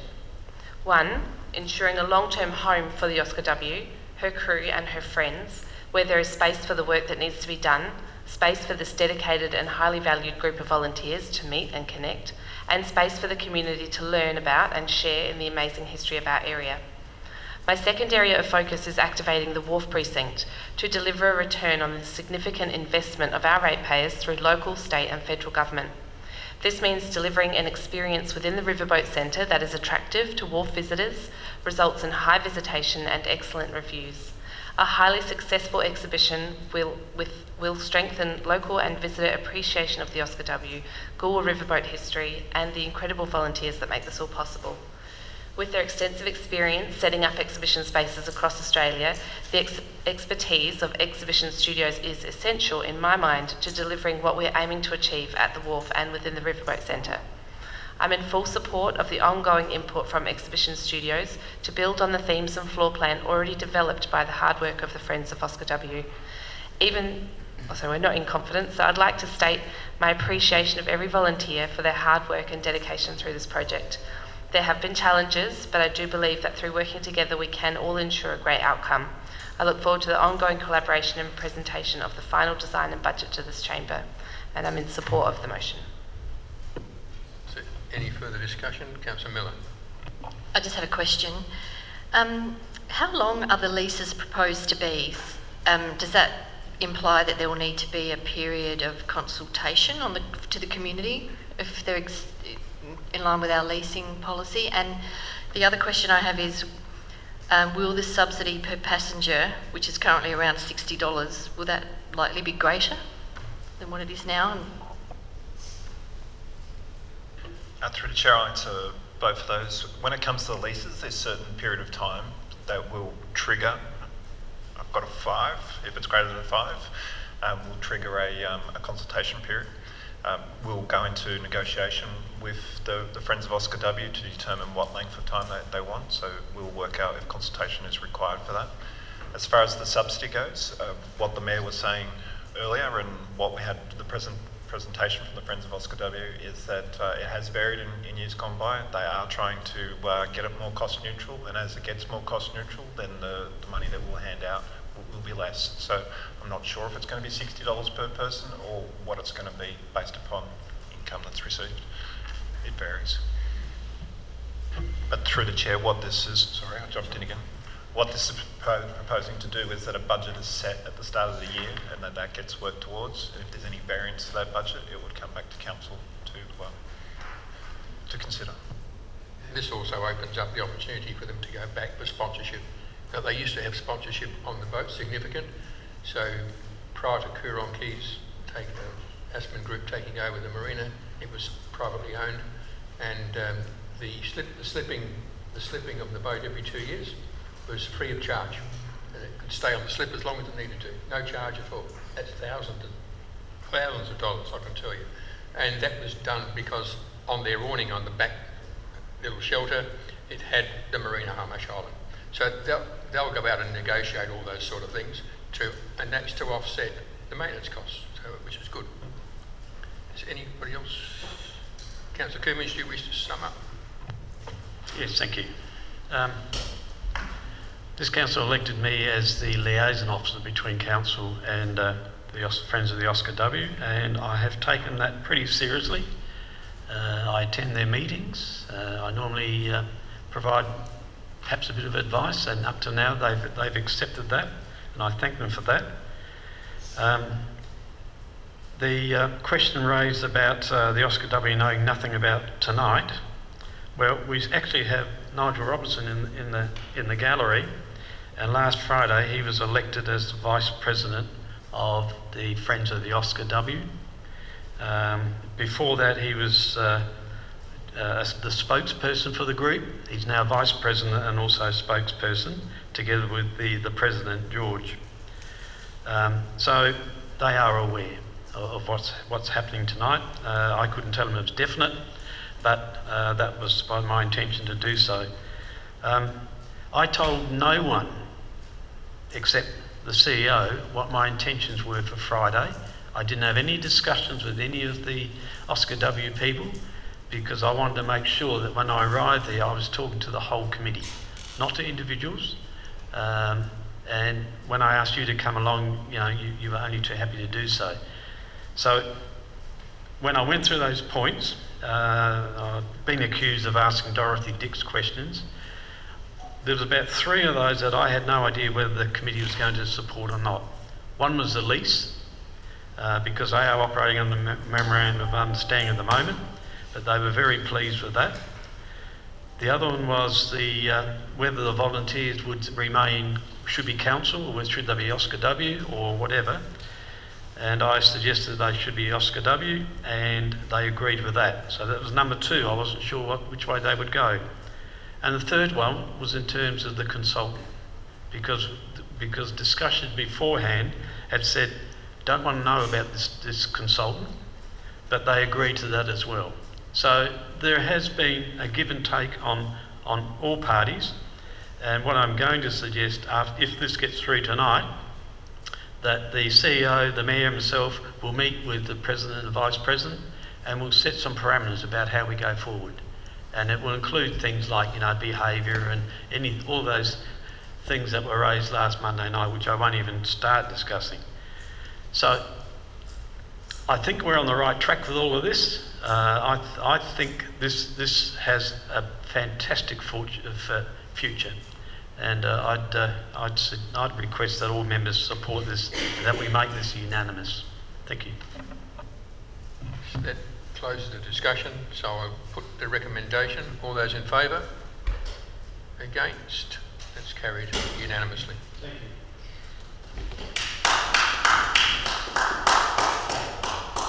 So 8.2 is the Strategic Land Program Group 1, Block 9, Rankine Street, Strathalbyn.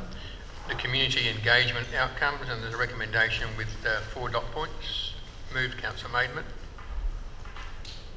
Seconded, Councillor Miller.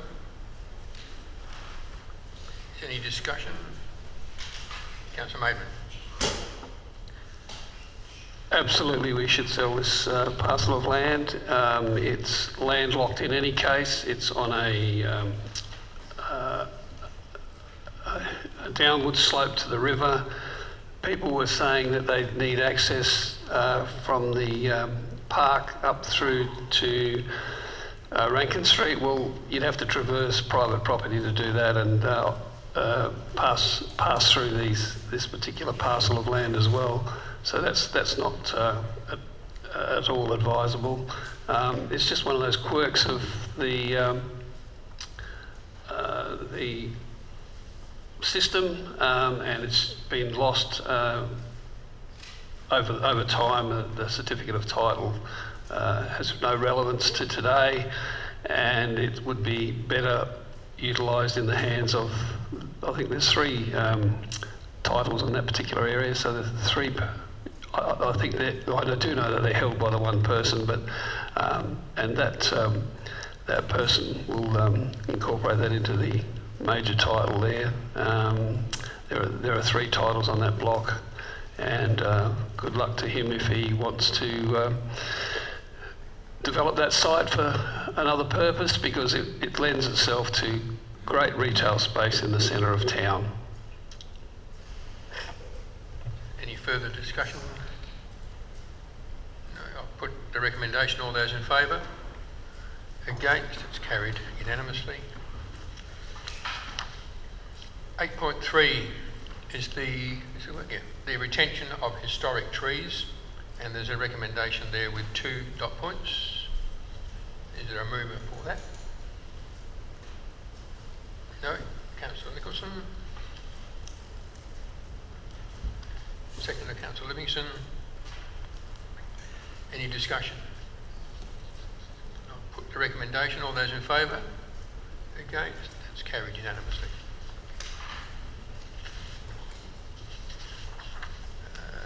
8.4 is the renaming of the Goolwa Sports Stadium. Consultation feedback. There's a recommendation there with 4 dot points. There's somebody who would like to move that. Hope not. Councillor Miller, you wish to move it? Is there a seconder? Councillor Coomans. Is there any discussion? Question, yeah. So how do we get to this point? Because James Baker Sports Stadium we discussed quite some time ago. Should we have gone to community consultation prior to putting that motion up back when on the 17th of April?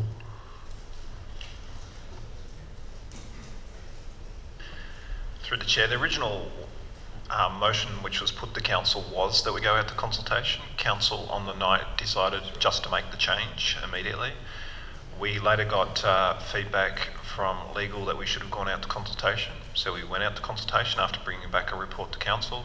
The consultation results is before you to consider. Any further discussion on it? Councillor Scott.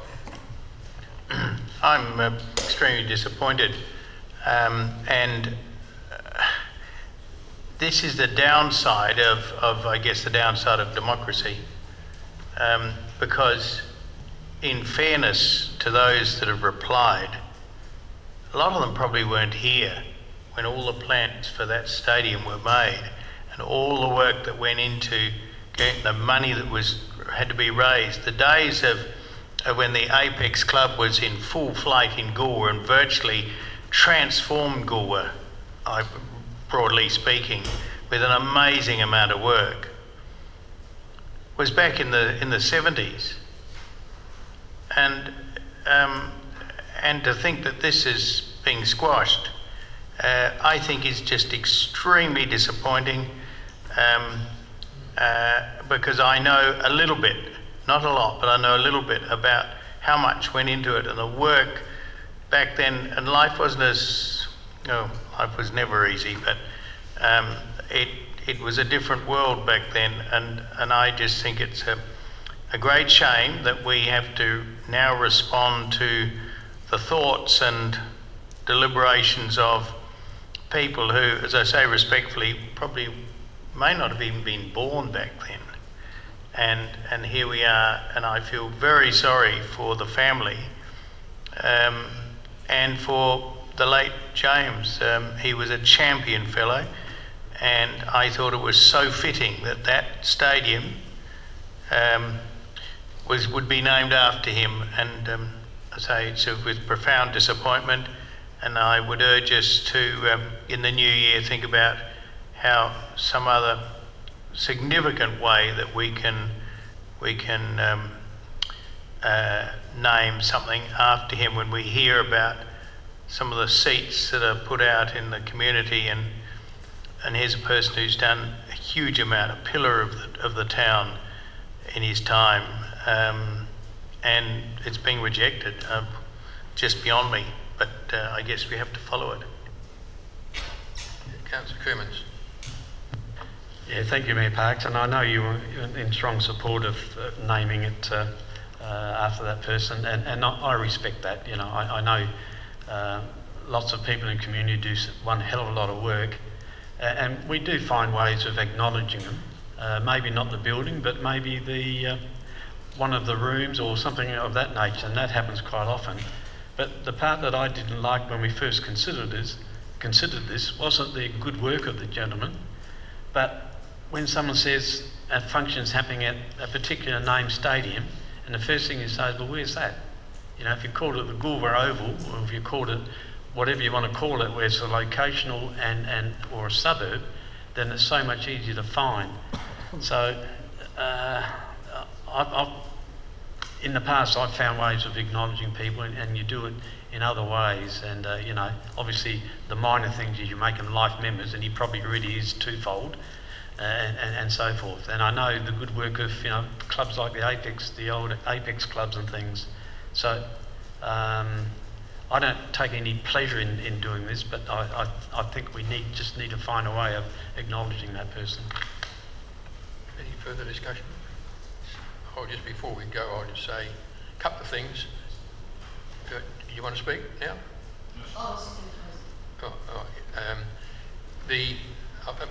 Councillor Coomans said then, so he mentioned the Goolwa Oval. Everybody calls it the Goolwa Oval, don't they? And do you know what it's called? The Brian Dugmore Recreation Grounds, because he looked after it for a generation, just like Jim Baker. And the people that signed that letter of request, that group of people, they're the people, when they were young men with young families, that raised the money and built that stadium. The people that answered this submission wouldn't know who they were, most of them, and they wouldn't have been explained. There's a self-interest behind all this of a person that manages the stadium, as far as I'm concerned. And I think far more consultation with the people that signed the letter of request should have been taken on board and explained, and an understanding.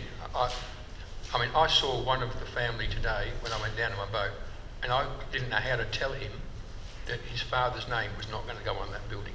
I just thought it was appalling after what he did. I mean, they raised the money, and then he was a friend of the then minister.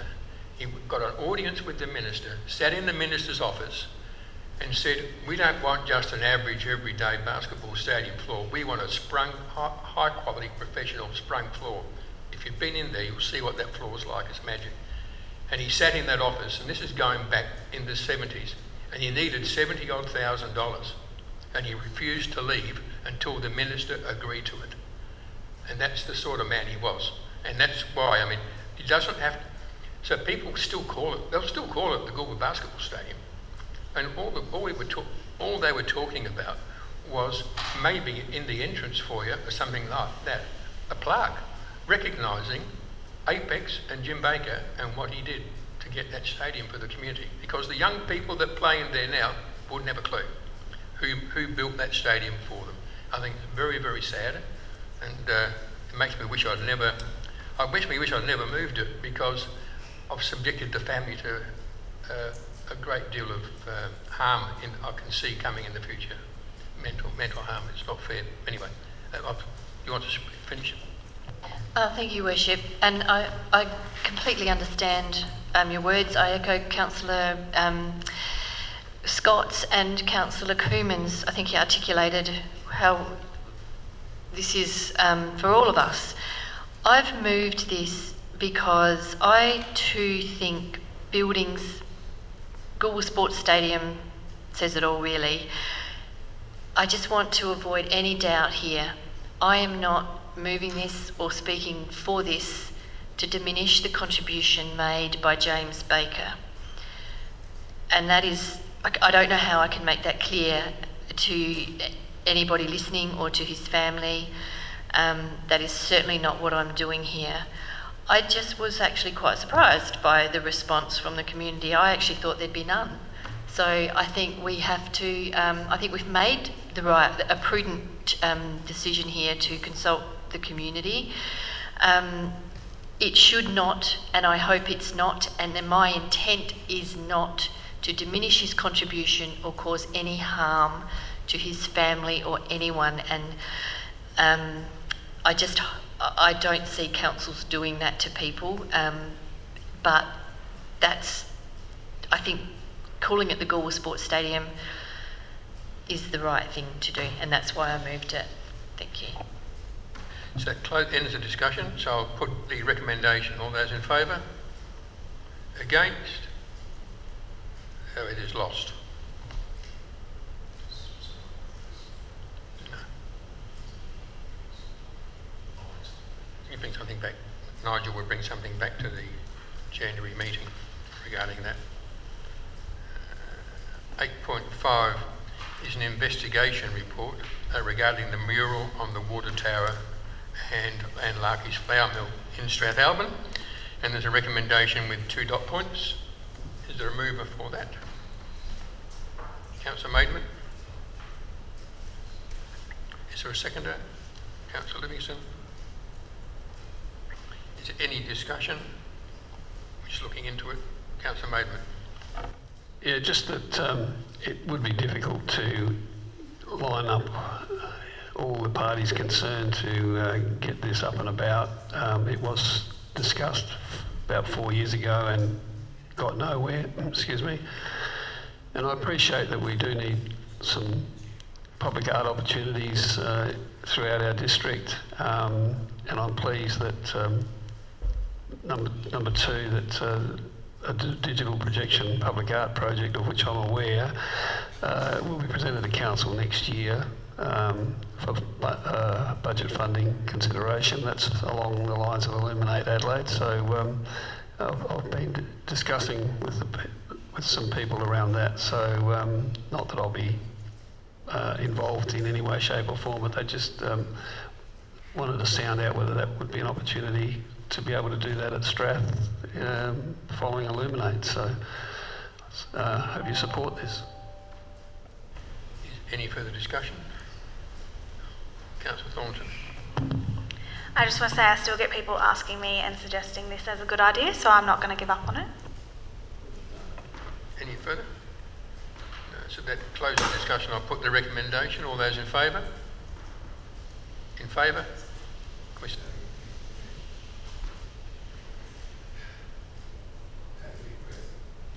All those in favour, would you please put your hand up? Then I know you're in favour.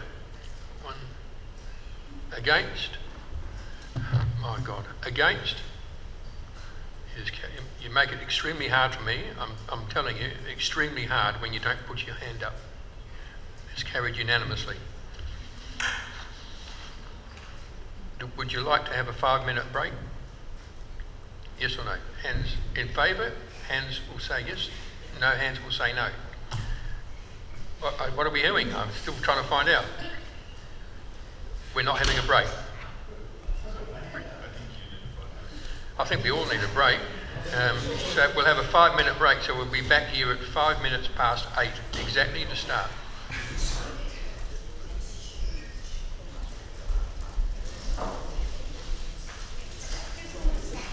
Right, it's 7 minutes past 8, so we've gone over the 5-minute break.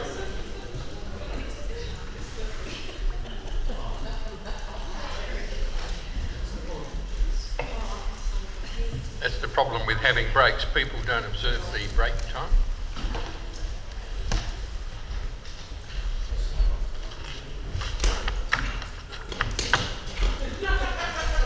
So, we're ready to go.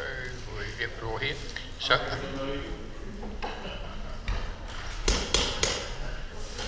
well, you can go and sit somewhere else if you like, if you're moving. 8.6 is the proposed date change of the January 2024 Ordinary Council meeting. There's a recommendation with 2 dot points. Moved Councillor Livingstone. Seconded Councillor Scott. Yep.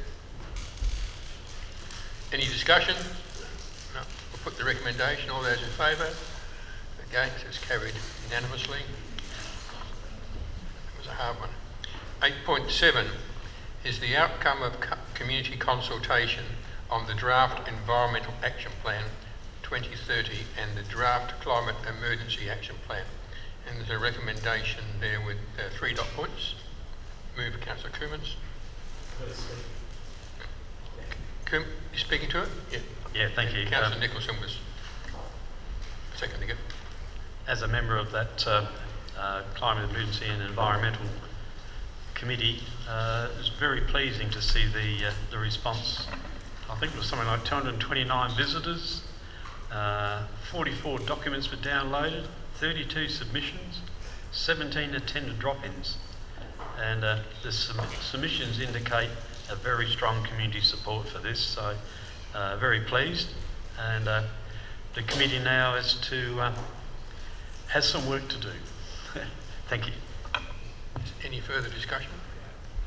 Not, I'll put the recommendation. All those in favour? Against? That's carried unanimously.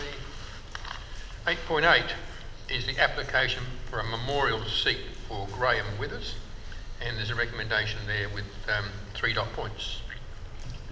Is there a mover for that?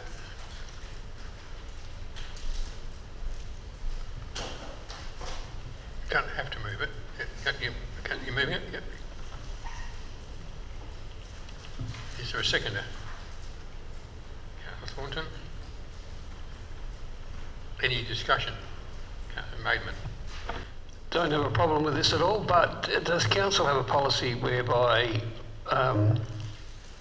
this is a general thing where these memorial seats are placed in reserves, and we just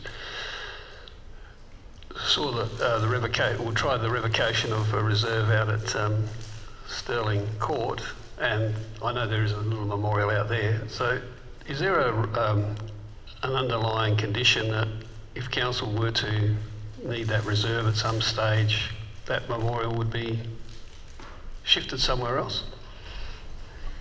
Through the chair, there is. It basically says that it's there, but if it needs to be moved, it can be moved somewhere else, and that's what I was having the discussion with the team about that with the one at Stirling before. Yes. Any further discussion? Councillor Scott. Yeah, I'm afraid I can't support this. Your Worship, we're gradually on a very declining scale in terms of community contribution with these, broadly speaking, and we've been I thought we were being very strict about it, but we're getting more and more of them, so I like them to be for the exceptional rather than the more standard contribution to community. Is there any further discussion? So, put the recommendation. All those in favour? Against? It's carried. Yes, we had a similar situation last term where a family wanted to donate a seat in memory of a member of family that passed away at Middleton on Surface Parade, and they even offered to make the seat, supply the seat, and give us $10,000 to hold in trust for maintenance on it, and it was declined.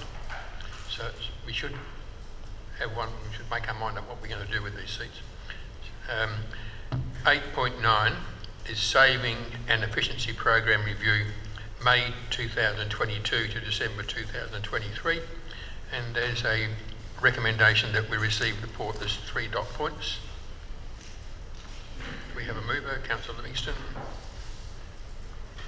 Is there a seconder? Councillor Coomans.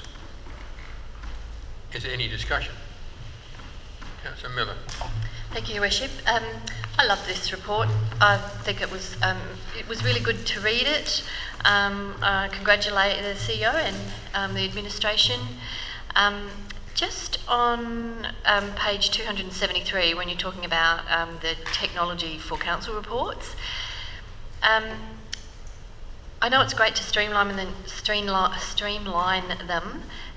but I struggle with no paragraph numbering and no white space in how they're laid out. I think it's just sometimes when we've got 1,200 pages to read, it's just a wall of text for thousands of pages, or hundreds of pages. So, but I agree, any kind of efficiency like that is really good.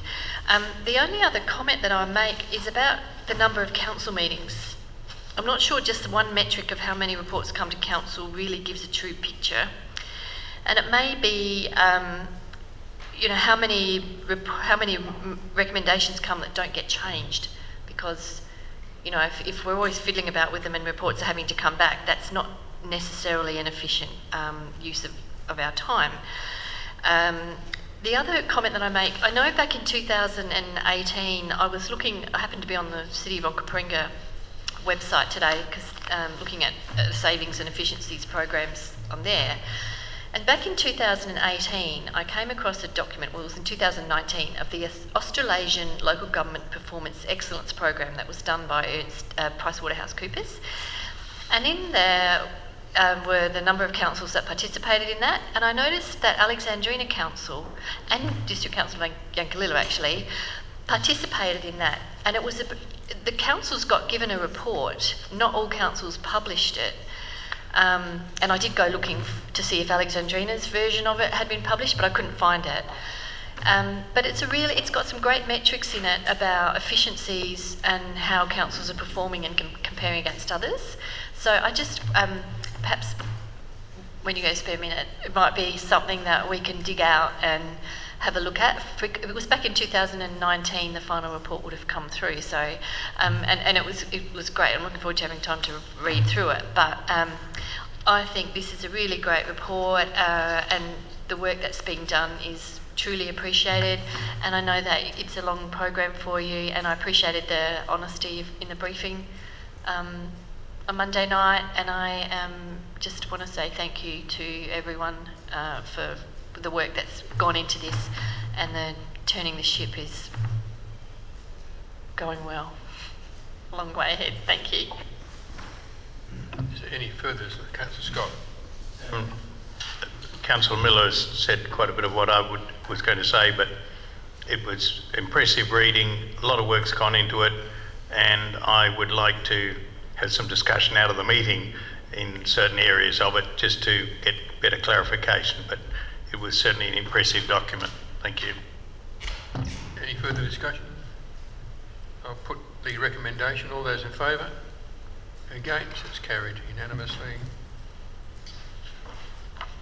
So 8.10 is the maintenance and level of service standard for council parks and gardens, and there's a recommendation there before you move. Councillor Maidment.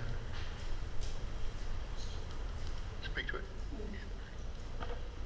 More of a question for administration. I noticed in the introduction, council's parks, gardens and reserves are defined as areas actively maintained that are under the care of council's field services department. And it goes on to say these areas are maintained annually, guided by 4-year planning and long-term 10 to 20-year cost planning in conjunction with council's strategic planning and service delivery. I get all that. Why then would the field services department reduce their number from 6 down to 5 in Strathalbyn particularly, when the place is growing, it's getting more and more areas that they will need to actively maintain, and this will be ongoing over the next 10 to 20 years. So I just don't know how that sits. We're reducing staff numbers there.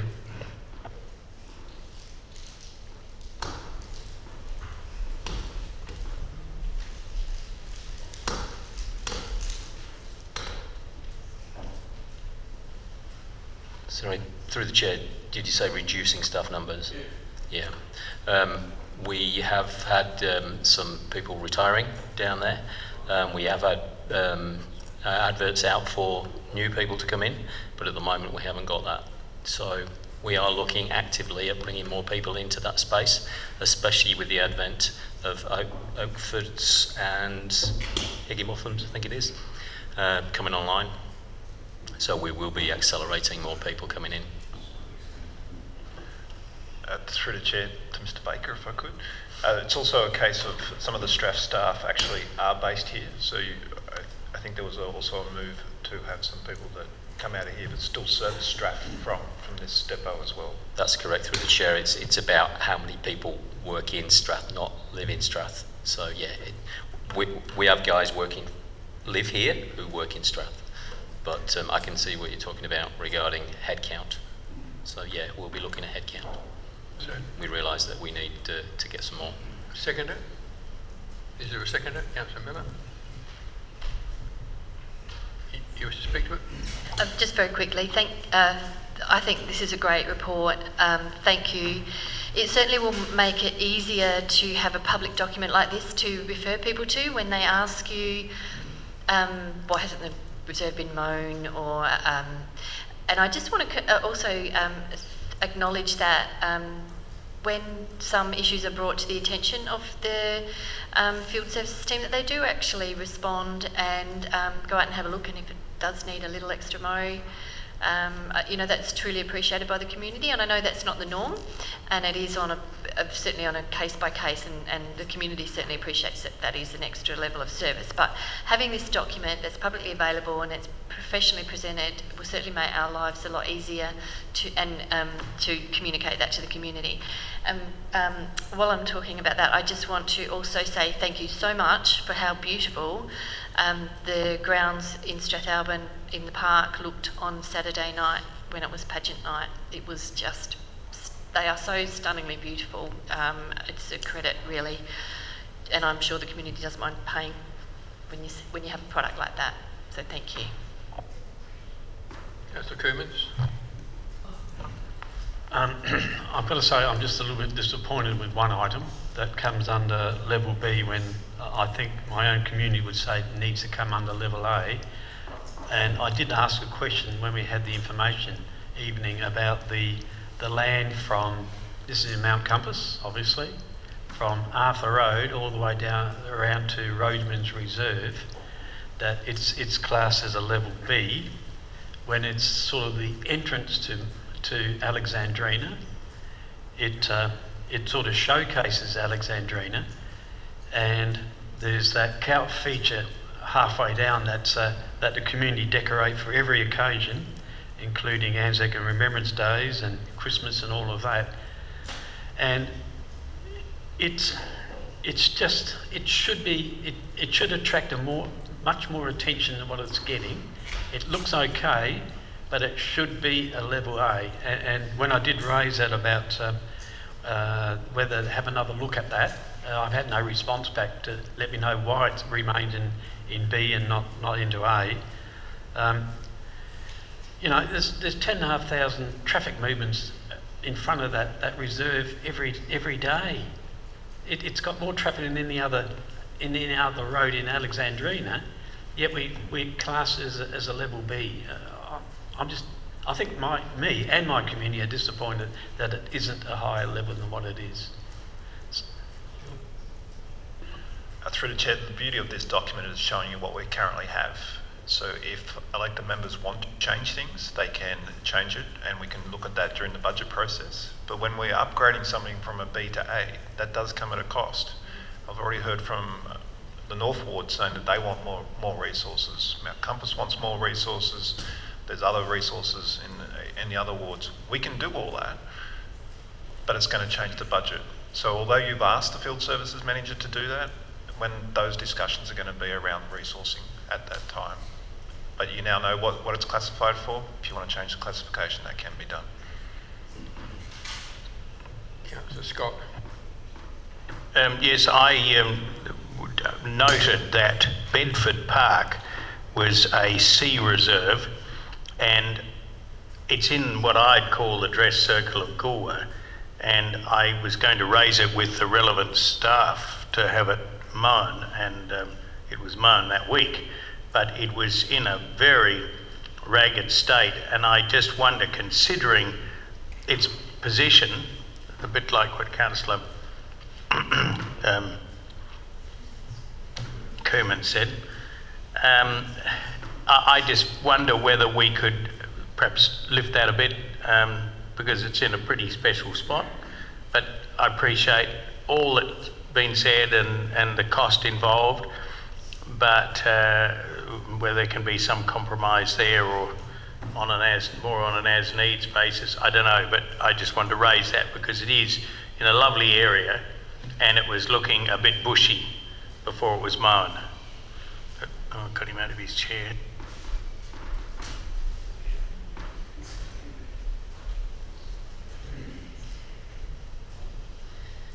Through the chair, we can do anything you would like, but it comes at a cost. And it also, if you're going to change from one to another, something has to change back. So if you've got a park that's a B and you want it to be an A, then you have to give me another B, and then we'll flip it over for you. There's your cost comparison. Any further discussion? If not, I'll put the recommendation. All those in favour? Against? It's carried unanimously.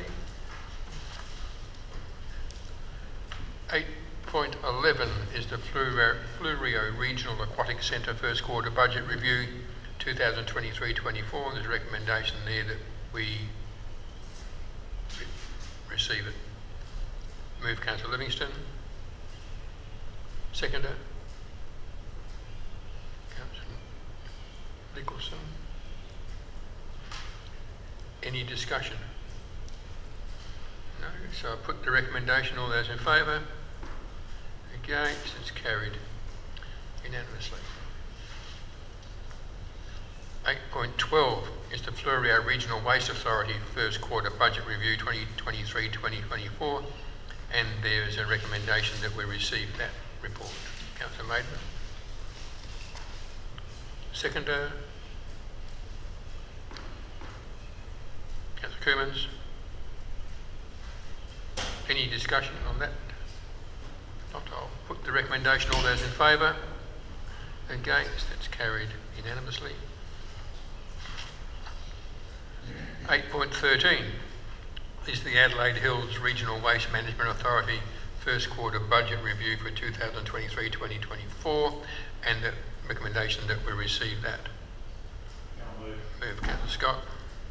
Seconded Councillor Livingston. Any discussion regarding that? So I'll put the recommendation. All those in favour? Against? It's carried unanimously. 8.14 is the Adelaide Peri-urban project. There's a recommendation that we receive the report. Move Councillor Miller. Seconder, Councillor Maidment. Any discussion? Councillor Miller.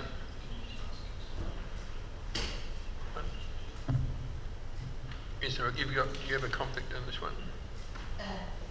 Yes, I'm just declaring a conflict of interest due to my employment, but I intend to stay in the room and participate and vote. Yeah. So you wish to speak to it? Yes, please. Thank you. Just very quickly, I think this is a really, really interesting report, and I don't know about everybody else, but my eyes are very tired. I've been reading for 3 days. But this is, I'm looking forward to understanding this more, and stage 2 perhaps. And I think one of the reasons why I supported deferring the discussion about primary production differentials was this report will really inform that discussion in a very high data-driven way. It will actually have policy discussion. It will have the next phase, if indeed we do support still participating in that. As I understand it, will actually go out and do that on the ground interrogation of what we're hearing, and I just think this is something like this, shouldn't be at our cost, but I can understand why if there is a cost, which I don't know whether there is or not, or what that's in the realm of, it will be data that will be so valuable to our community, and I think it's important because we have so many different communities. We have water communities, we have township communities, we have hobby farmers, we have broadacre, large scale primary production. Trying to find policy and make decisions around all of those really competing groups or industries is such a challenge, and I think it's quite unique to Alexandrina, to be honest. So something like this is really, really important, and I can't wait to spend time to read more of it. Thank you. Any further, Councillor Scott? Yes, I too was very interested as I read through it. I thought it had all sorts of potential and was interested in the outcome. However, as I went through it, it started to go back onto past achievements or whatever, and one of them was the World Heritage listing of the Adelaide Hills, which I was very critical of in my first term in council, and I seem to remember that we were pumping money into it on an ongoing basis, which I was also critical of because I couldn't see the output of it. And the little bit that I have experience I've had with those World Heritage agreements, I mean, their status, they're very hard to get, and you've got to have everything in your favour. And they were talking about a piece of country that's been, as I said at the time, been over cleared, over housed, over everything, and they were talking about World Heritage listing, and so they lost my confidence. But whether they've transformed a bit, but I just thought as a note of caution, we need to be careful that we don't, because there was a bit of a veiled comment there that we may have to contribute money, and I just wanted to be just wary that it seems to be that sort of a structure that soaks up money a bit, and we could get lured into spending some. But look, there's some interesting stuff coming out of it, but that back 8 years ago, I'm afraid I could not see any benefit, and I was rather critical of it. Is there any further discussion? If not, we'll put the recommendation. All those in favour? Against? It's carried unanimously.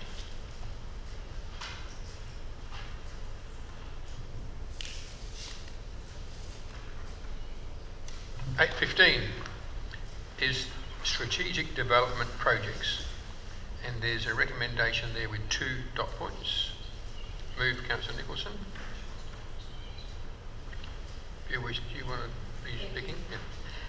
I'd like to move with an additional dot point, if I may suggest, that a copy of this report, along with a letter highlighting the impact of the 2021 implementation of the PDI Act on our council resources, be sent to the Minister for Planning and Minister for Local Government.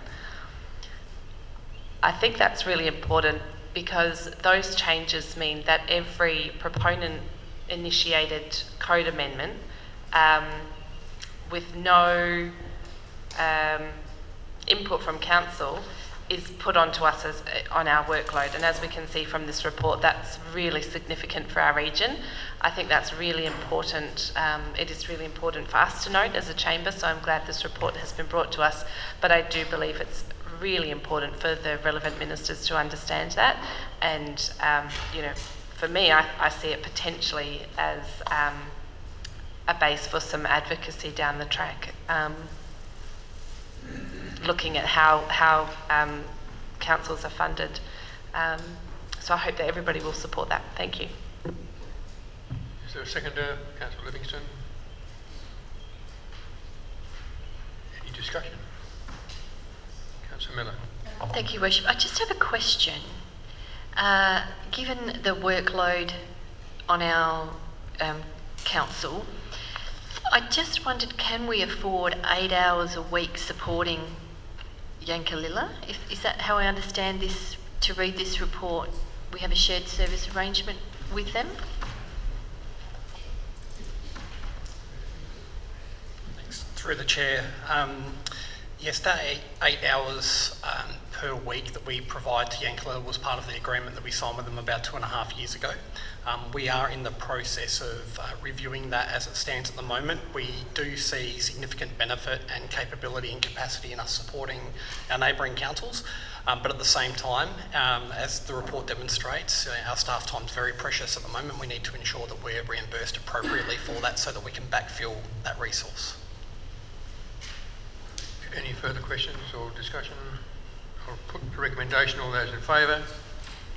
Against? It's carried unanimously. Thanks, Matt.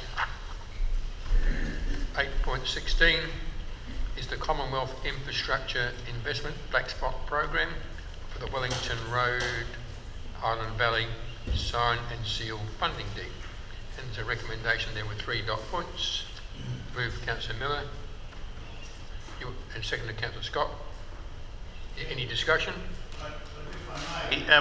I was just a little bit concerned to see that as a result of, I read it somewhere, there were several crashes or something.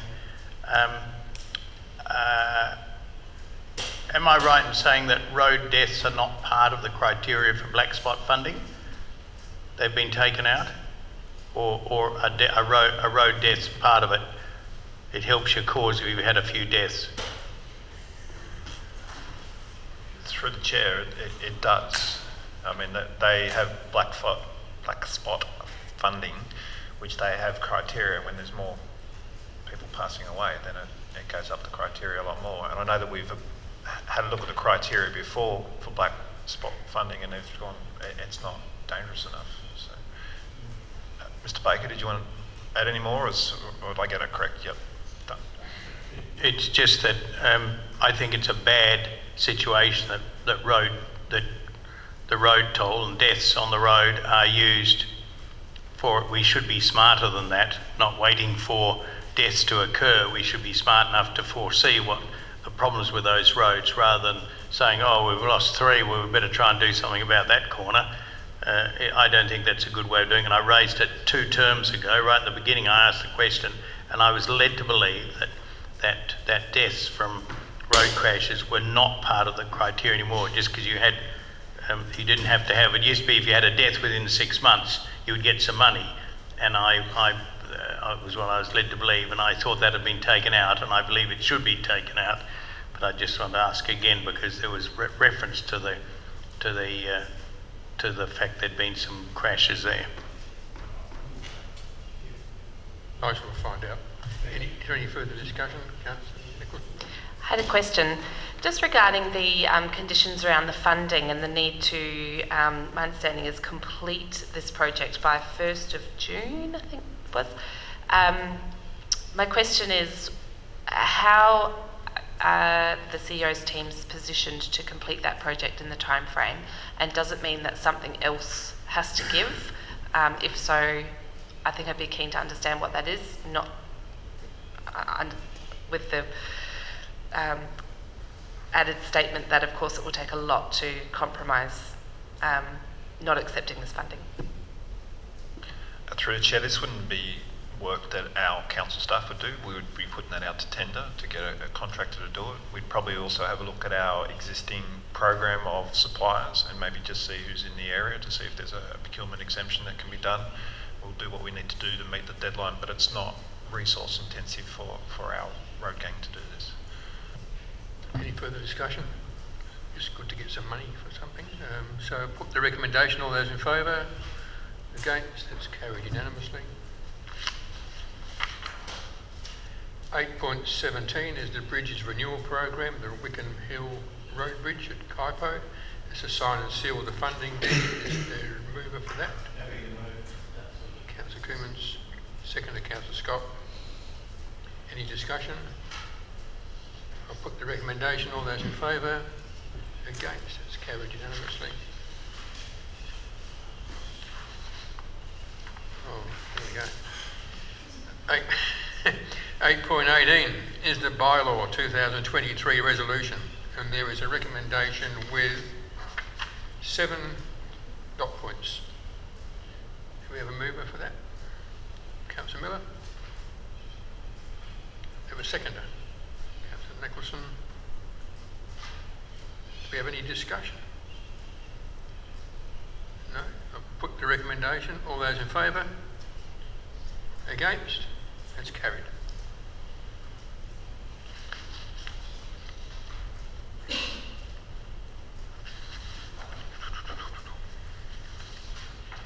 we go. 8.19. Ooh, our old favourite. 8.19, the CAP bylaws and fees. Very significant bit of work this. The recommendation there with 3 dot points. Move, Councillor Scott. Is there a seconder? Councillor Maidment. Is there any discussion? Councillor Coomans. Quite frankly, I think this is a joke that's begun by the last council when they decided to work towards implementing a CAP bylaw. So now we're going to spend $22,800 to implement this program. We're then going to spend at least $82,300 to run the program in successive years, and then we're going to introduce fees in the 2025-26 financial year. I'm predicting that when the fees are introduced, there will be sudden numerous cat deaths, on paper anyway, and very little revenue will be collected. It will remain a deficit project. This is a futile system, and although the CAT Management Board will readily provide CAT data, re-addresses, etc., when you go to the expense of sending out CAT bills, and we don't know how much each bill will be, the expected responses will be that the CAT died. What will this council do then? I can recall back in the 80s when there was a brand new dog bylaw introduced, and what happened is that when the inspectors would knock on doors and to see if there's a dog there, well, obviously the first thing the dog does is bark when you knock on the front door, and they would hear the dog barking and know there's a dog in those premises, so they'd then be sent the bill. It's not going to work with cats. Cats don't bark for a start, and when you do knock on the front door, they'll disappear. So from my point of view, I think this is an absolute waste of money. I can think of so many other projects, not the least of which the one I just raised a little while ago about a reserve that benefits everybody. And if you're looking at $100,000, that would go a long way of making that a real entrance to Alexandrina, and yet we're going to spend it on this program. I give up. Is there any further discussion? Councillor Scott. A question? Look, A question? Is it a question? No. Okay, if you speak to it, you'll close the debate. So Oh, sorry. So is there any other discussion first? No, so now you can go ahead. Right. Look, I take the point, and I'm a bit intrigued as to the 82,000. I thought this could have been amalgamated with the dog catcher, because I believe they only do a few a week, and they could couple up with cats. The cat thing, though, is serious. I know it's going to take a while to get on top of it, but the amount of destruction that cats do to our native fauna is absolutely alarming. What we have down here is a portion of the estimated 6 million cats that are roaming free, and they eat. If you multiply what they eat in a day by the number of cats and the number of days, it is absolutely horrifying, and that's partly why we're having the extinction rate of Australian fauna is so high. So I would like to see us massage and do something about that 82,000, and somehow retrain the dog department and get them to be multifunctional and do the cat department as well, and use the same vehicle, and preferably put the cats in with the dogs when they catch them, and do that. That closes the discussion. We'll put the recommendation. All those in favour? What's the point of order? Well, the point of order is that the discussion I've just heard is about feral cats. It's not about domestic cats. And this program is about domestic cats, not ferals. That closes the discussion, so I'll put the recommendation. All those in favour? Against? It is carried. 8.20 is a delegations update under the Road Traffic Act of 1961, and there's a recommendation with 2 dot points. Is there a mover for that? Councillor Maidment. Is there a seconder? Councillor Livingston. Any discussion? No, I'll put the recommendation. All those in favour? Against? Against? No, carried unanimously. 8.21 is the confidential order review, various items. This is just letting Nigel look at them and decide whether to pull them in and put them release them from confidence or not. So is there a mover for that? Councillor Livingston. Second to Councillor Nicholson. Just a standard normal procedure, what we do, part of business. Any discussion? No, I'll put the recommendation. All those in favour? Against? That's carried unanimously.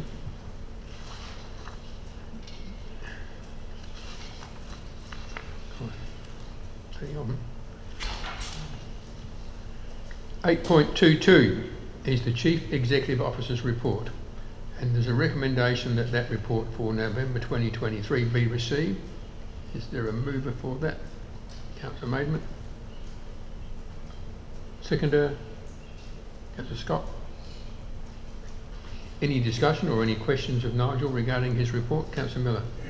Thank you, Worship. I just, the projects report, I just wondered if there's anything that you wanted to particularly comment, or if there's any emerging issues or things that we're not likely to complete, like we're all on track and going along okay?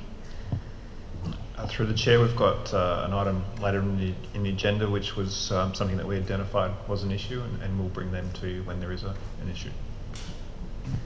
Any for Councillor Scott? Very quickly, there's a picture of us all at the cultural training, awareness training. Is that going to be extended to staff, or is it, I'm wondering, my question is, will these front of house customer service staff at least have some of this training or not, or is it only going to be for the council members? Through the chair, I found the afternoon really productive, and it's probably something I would like to roll out to more staff in next financial year. So, yes. Councillor Coomans. Yeah, just a comment, I guess, on the monthly update report. in relation to the half-court basketball facilities, which there was one on the program for Mount Compass, and the community, we don't have any basketball facilities in Mount Compass, so the community was really looking forward to that.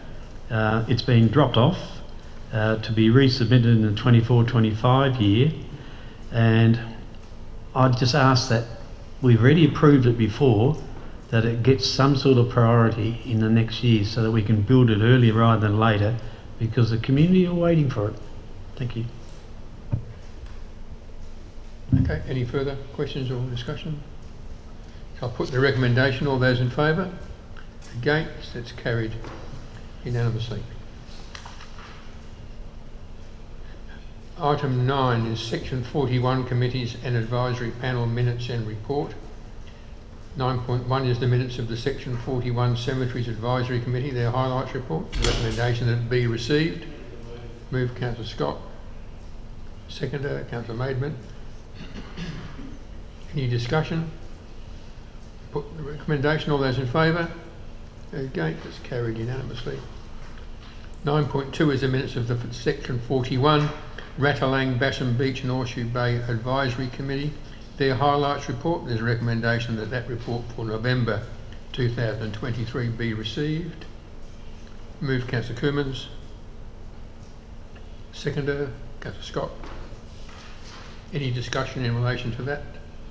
Councillor Miller. I just have one question, Your Worship.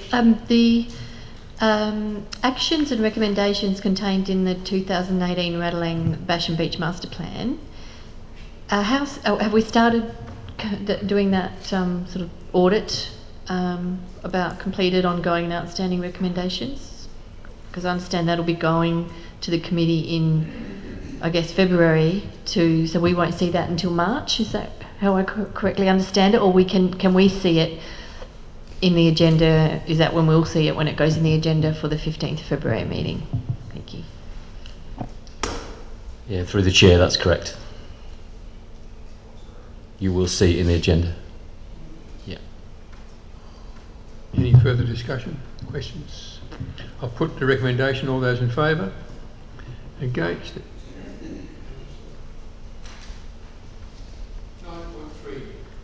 9.3 is the minutes of the committee of the Lot 10 Langhorne Creek Road, Strathalbyn, and there's a recommendation that their minutes from October 2023 be received. So mover for that, move Councillor Miller. Is there a seconder? Councillor Livingston. Any discussion?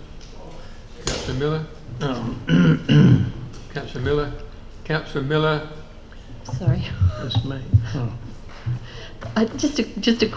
Really a question for an update of the meetings and the interviews that the consultant's been doing. I'm assuming they've met with the racing club, and I'm pretty certain from the contact that I've had from community groups, they've all been contacted. Thanks. Through the chair, yes, the consultation with each of the individual groups is well underway. I can't tell you exactly which ones have completed that process and the ones that are yet to complete, but I can provide that to you outside of this forum. It's underway. Councillor Scott.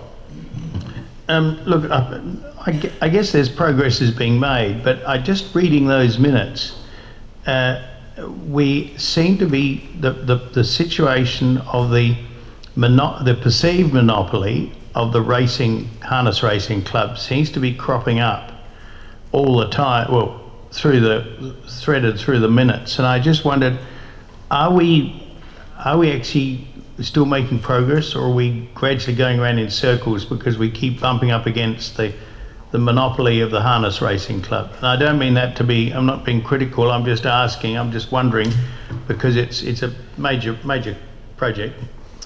Through the chair, the same process that's been undertaken with the groups that have formed part of the Lot 10 steering group committee is also occurring with the harness racing club simultaneously. So they're going through the same process with TSA consultants that will be looking at the business case.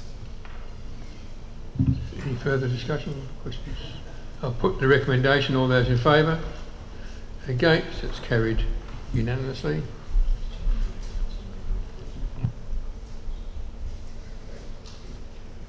We'll just move Let's let me find it. We might do, if it's okay with you, we'll do, before we go into confidence, we'll just do the council member reports. Happy with that?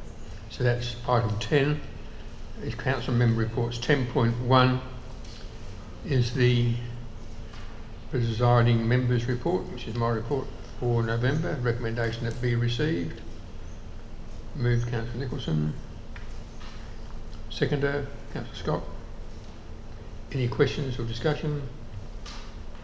No? I'll put the recommendation. All those in favour? Against? It's carried unanimously. Then we go to... any verbal updates from anybody? Councillor Coomans. Yeah, thank you, Mayor Parks. I thought this was the appropriate location in which to say this. Excuse me. Repeating.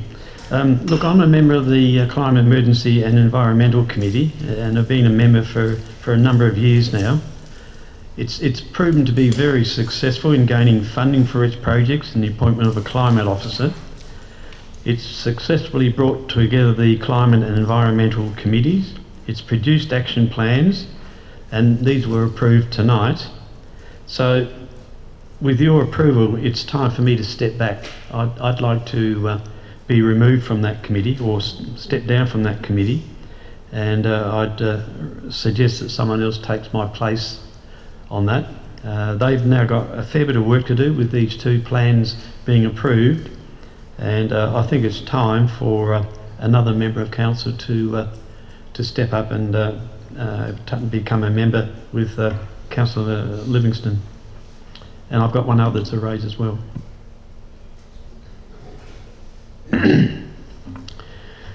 Probably a bit of a disappointment, and I really didn't want to say much about this, but at last Monday's meeting, 6 of the elected members attended. One had to go early, and let me make assurance, I'm not criticising anyone, these are just the facts. But one had to leave early, and one walked out through the meeting. So we had 4 elected members. I didn't leave until 11 o'clock at night, and most others were here as well. So we were trying to, we heard a lot of very important information from a lot of areas, but only 4 of the 9 elected members were here. I can count probably on one hand over the last 5 years that I've missed one. And in my 17 years in total, I could probably count those on the one hand, because I take it fully responsibility of being at meetings when the meeting's held. So the question I raise is, in our annual report, do we actually contain an attendance record which shows the council member memberships and their attendance at council and at committees? A question? Because I know most organisations in the annual report table an attendance report. Through the chair, I'm getting a nod at the back, so we do, yes. Yes? Okay. And do our Section 41 committees include attendance records for members in their annual report? Okay, well that's good as well, because some of the meetings I've been at with Section 41, they struggle to make a quorum, and I don't think that's good enough. So I'm just having a bit of a rant. Please don't take it personal. It's just a matter of fact that when you're a member of a council or a member of a committee or whatever, one of the responsibilities is to actually attend meetings. Are there any other verbal updates, Councillor Scott? I have just recently been to several of the end of year events, Hope Forest, Yundi, Mount Compass, and I just want to pass on, particularly from Yundi and Hope Forest, the appreciation they expressed to me for council's support of the halls, and they're just a little group of people trying to make things happen and look after the hall. The Yundi hall's kept in very good order. They share of the area with CFS, and I'll be brief, but they both, Yundi and Hope Forest, wanted to pass on their appreciation particularly. Councillor Miller mentioned about the park at Strathalbyn, which was exceptional on Friday night, and I noted that the staff had, the ground staff had even edged the footpaths through the park, had edged them that day or the day before, which I thought was an exceptional attention to detail. So my congratulations to them. And I had one other thing, but it's escaped my mind, so I'll move on, let someone else have a go. Councillor Livingston. I just wanted to know, I was looking at your report as well, Mayor Parks, in relation to, especially in the tourism industry, restaurants, cafes, the different venues that are opening, are changing hands, and really are committing to activating our council region. And on that note, I do want to acknowledge Bombora Goolwa, who won bronze at the National Restaurant and Catering Awards for Best Cafe Dining Experience. And I wanted to make that noted. I did ask Nigel why we hadn't and when we were going to acknowledge that publicly, that a restaurant in one of our towns did such a high reward.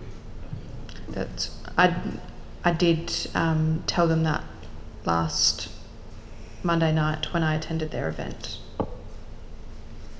Councillor Miller. Thank you, Worship. I just wish to make a comment about Councillor Coomans' assessment of us. Information briefing sessions, as I understand it, are not compulsory. They are recorded. Councillor Gardner's on a leave of absence. I work full time and I was here until 10 o'clock. And I just think it's just a little bit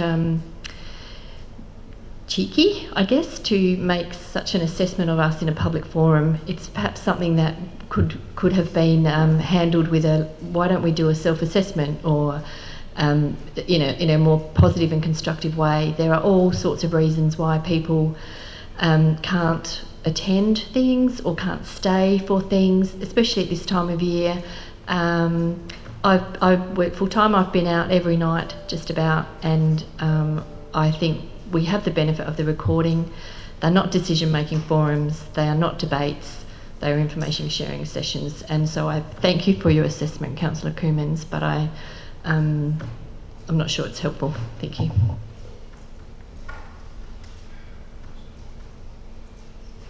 Personally, I think information sessions are as important, if not more important, than the council meeting, because in a meeting you're making a decision about the information you got at the session. I ran my own business for 4 years, and I didn't miss a council meeting. We had 2 meetings a year, 2 meetings a month then. I didn't miss a meeting, and I didn't miss a workshop, and I didn't miss a briefing.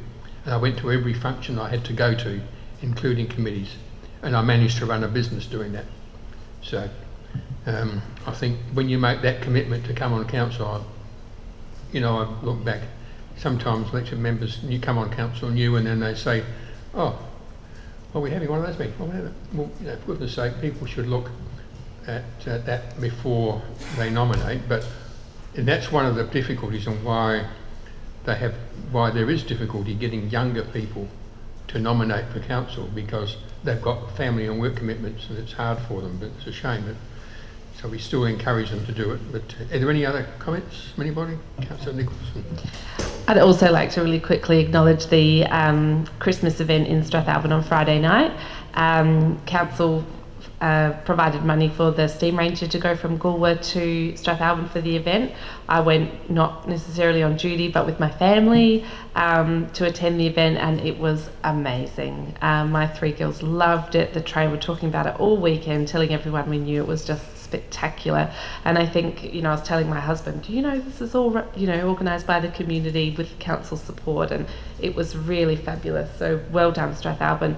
I'd also like to mention other Christmas events and initiatives happening across Alexandrina. We obviously can't attend them all. Some are supported by council, some aren't, but it's a wonderful time of year for people to come together and have that sense of community.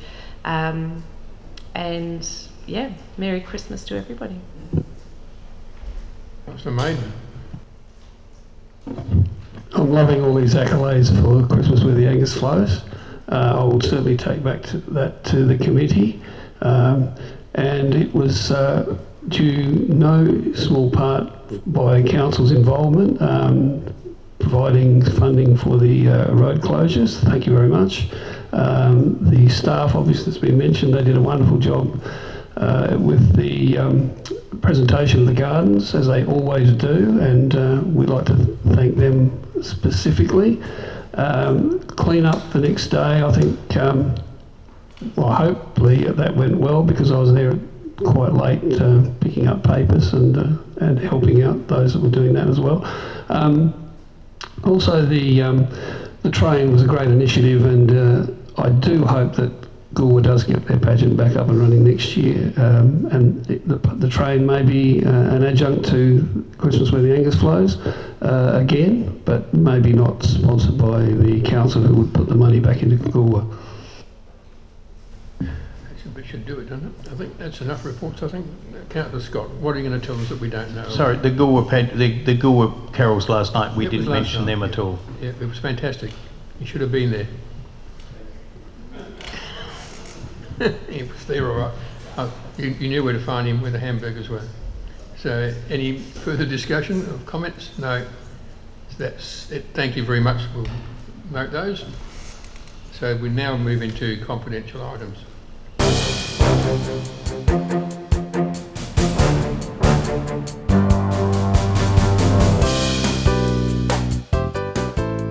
South Coast Television, your community, your voice.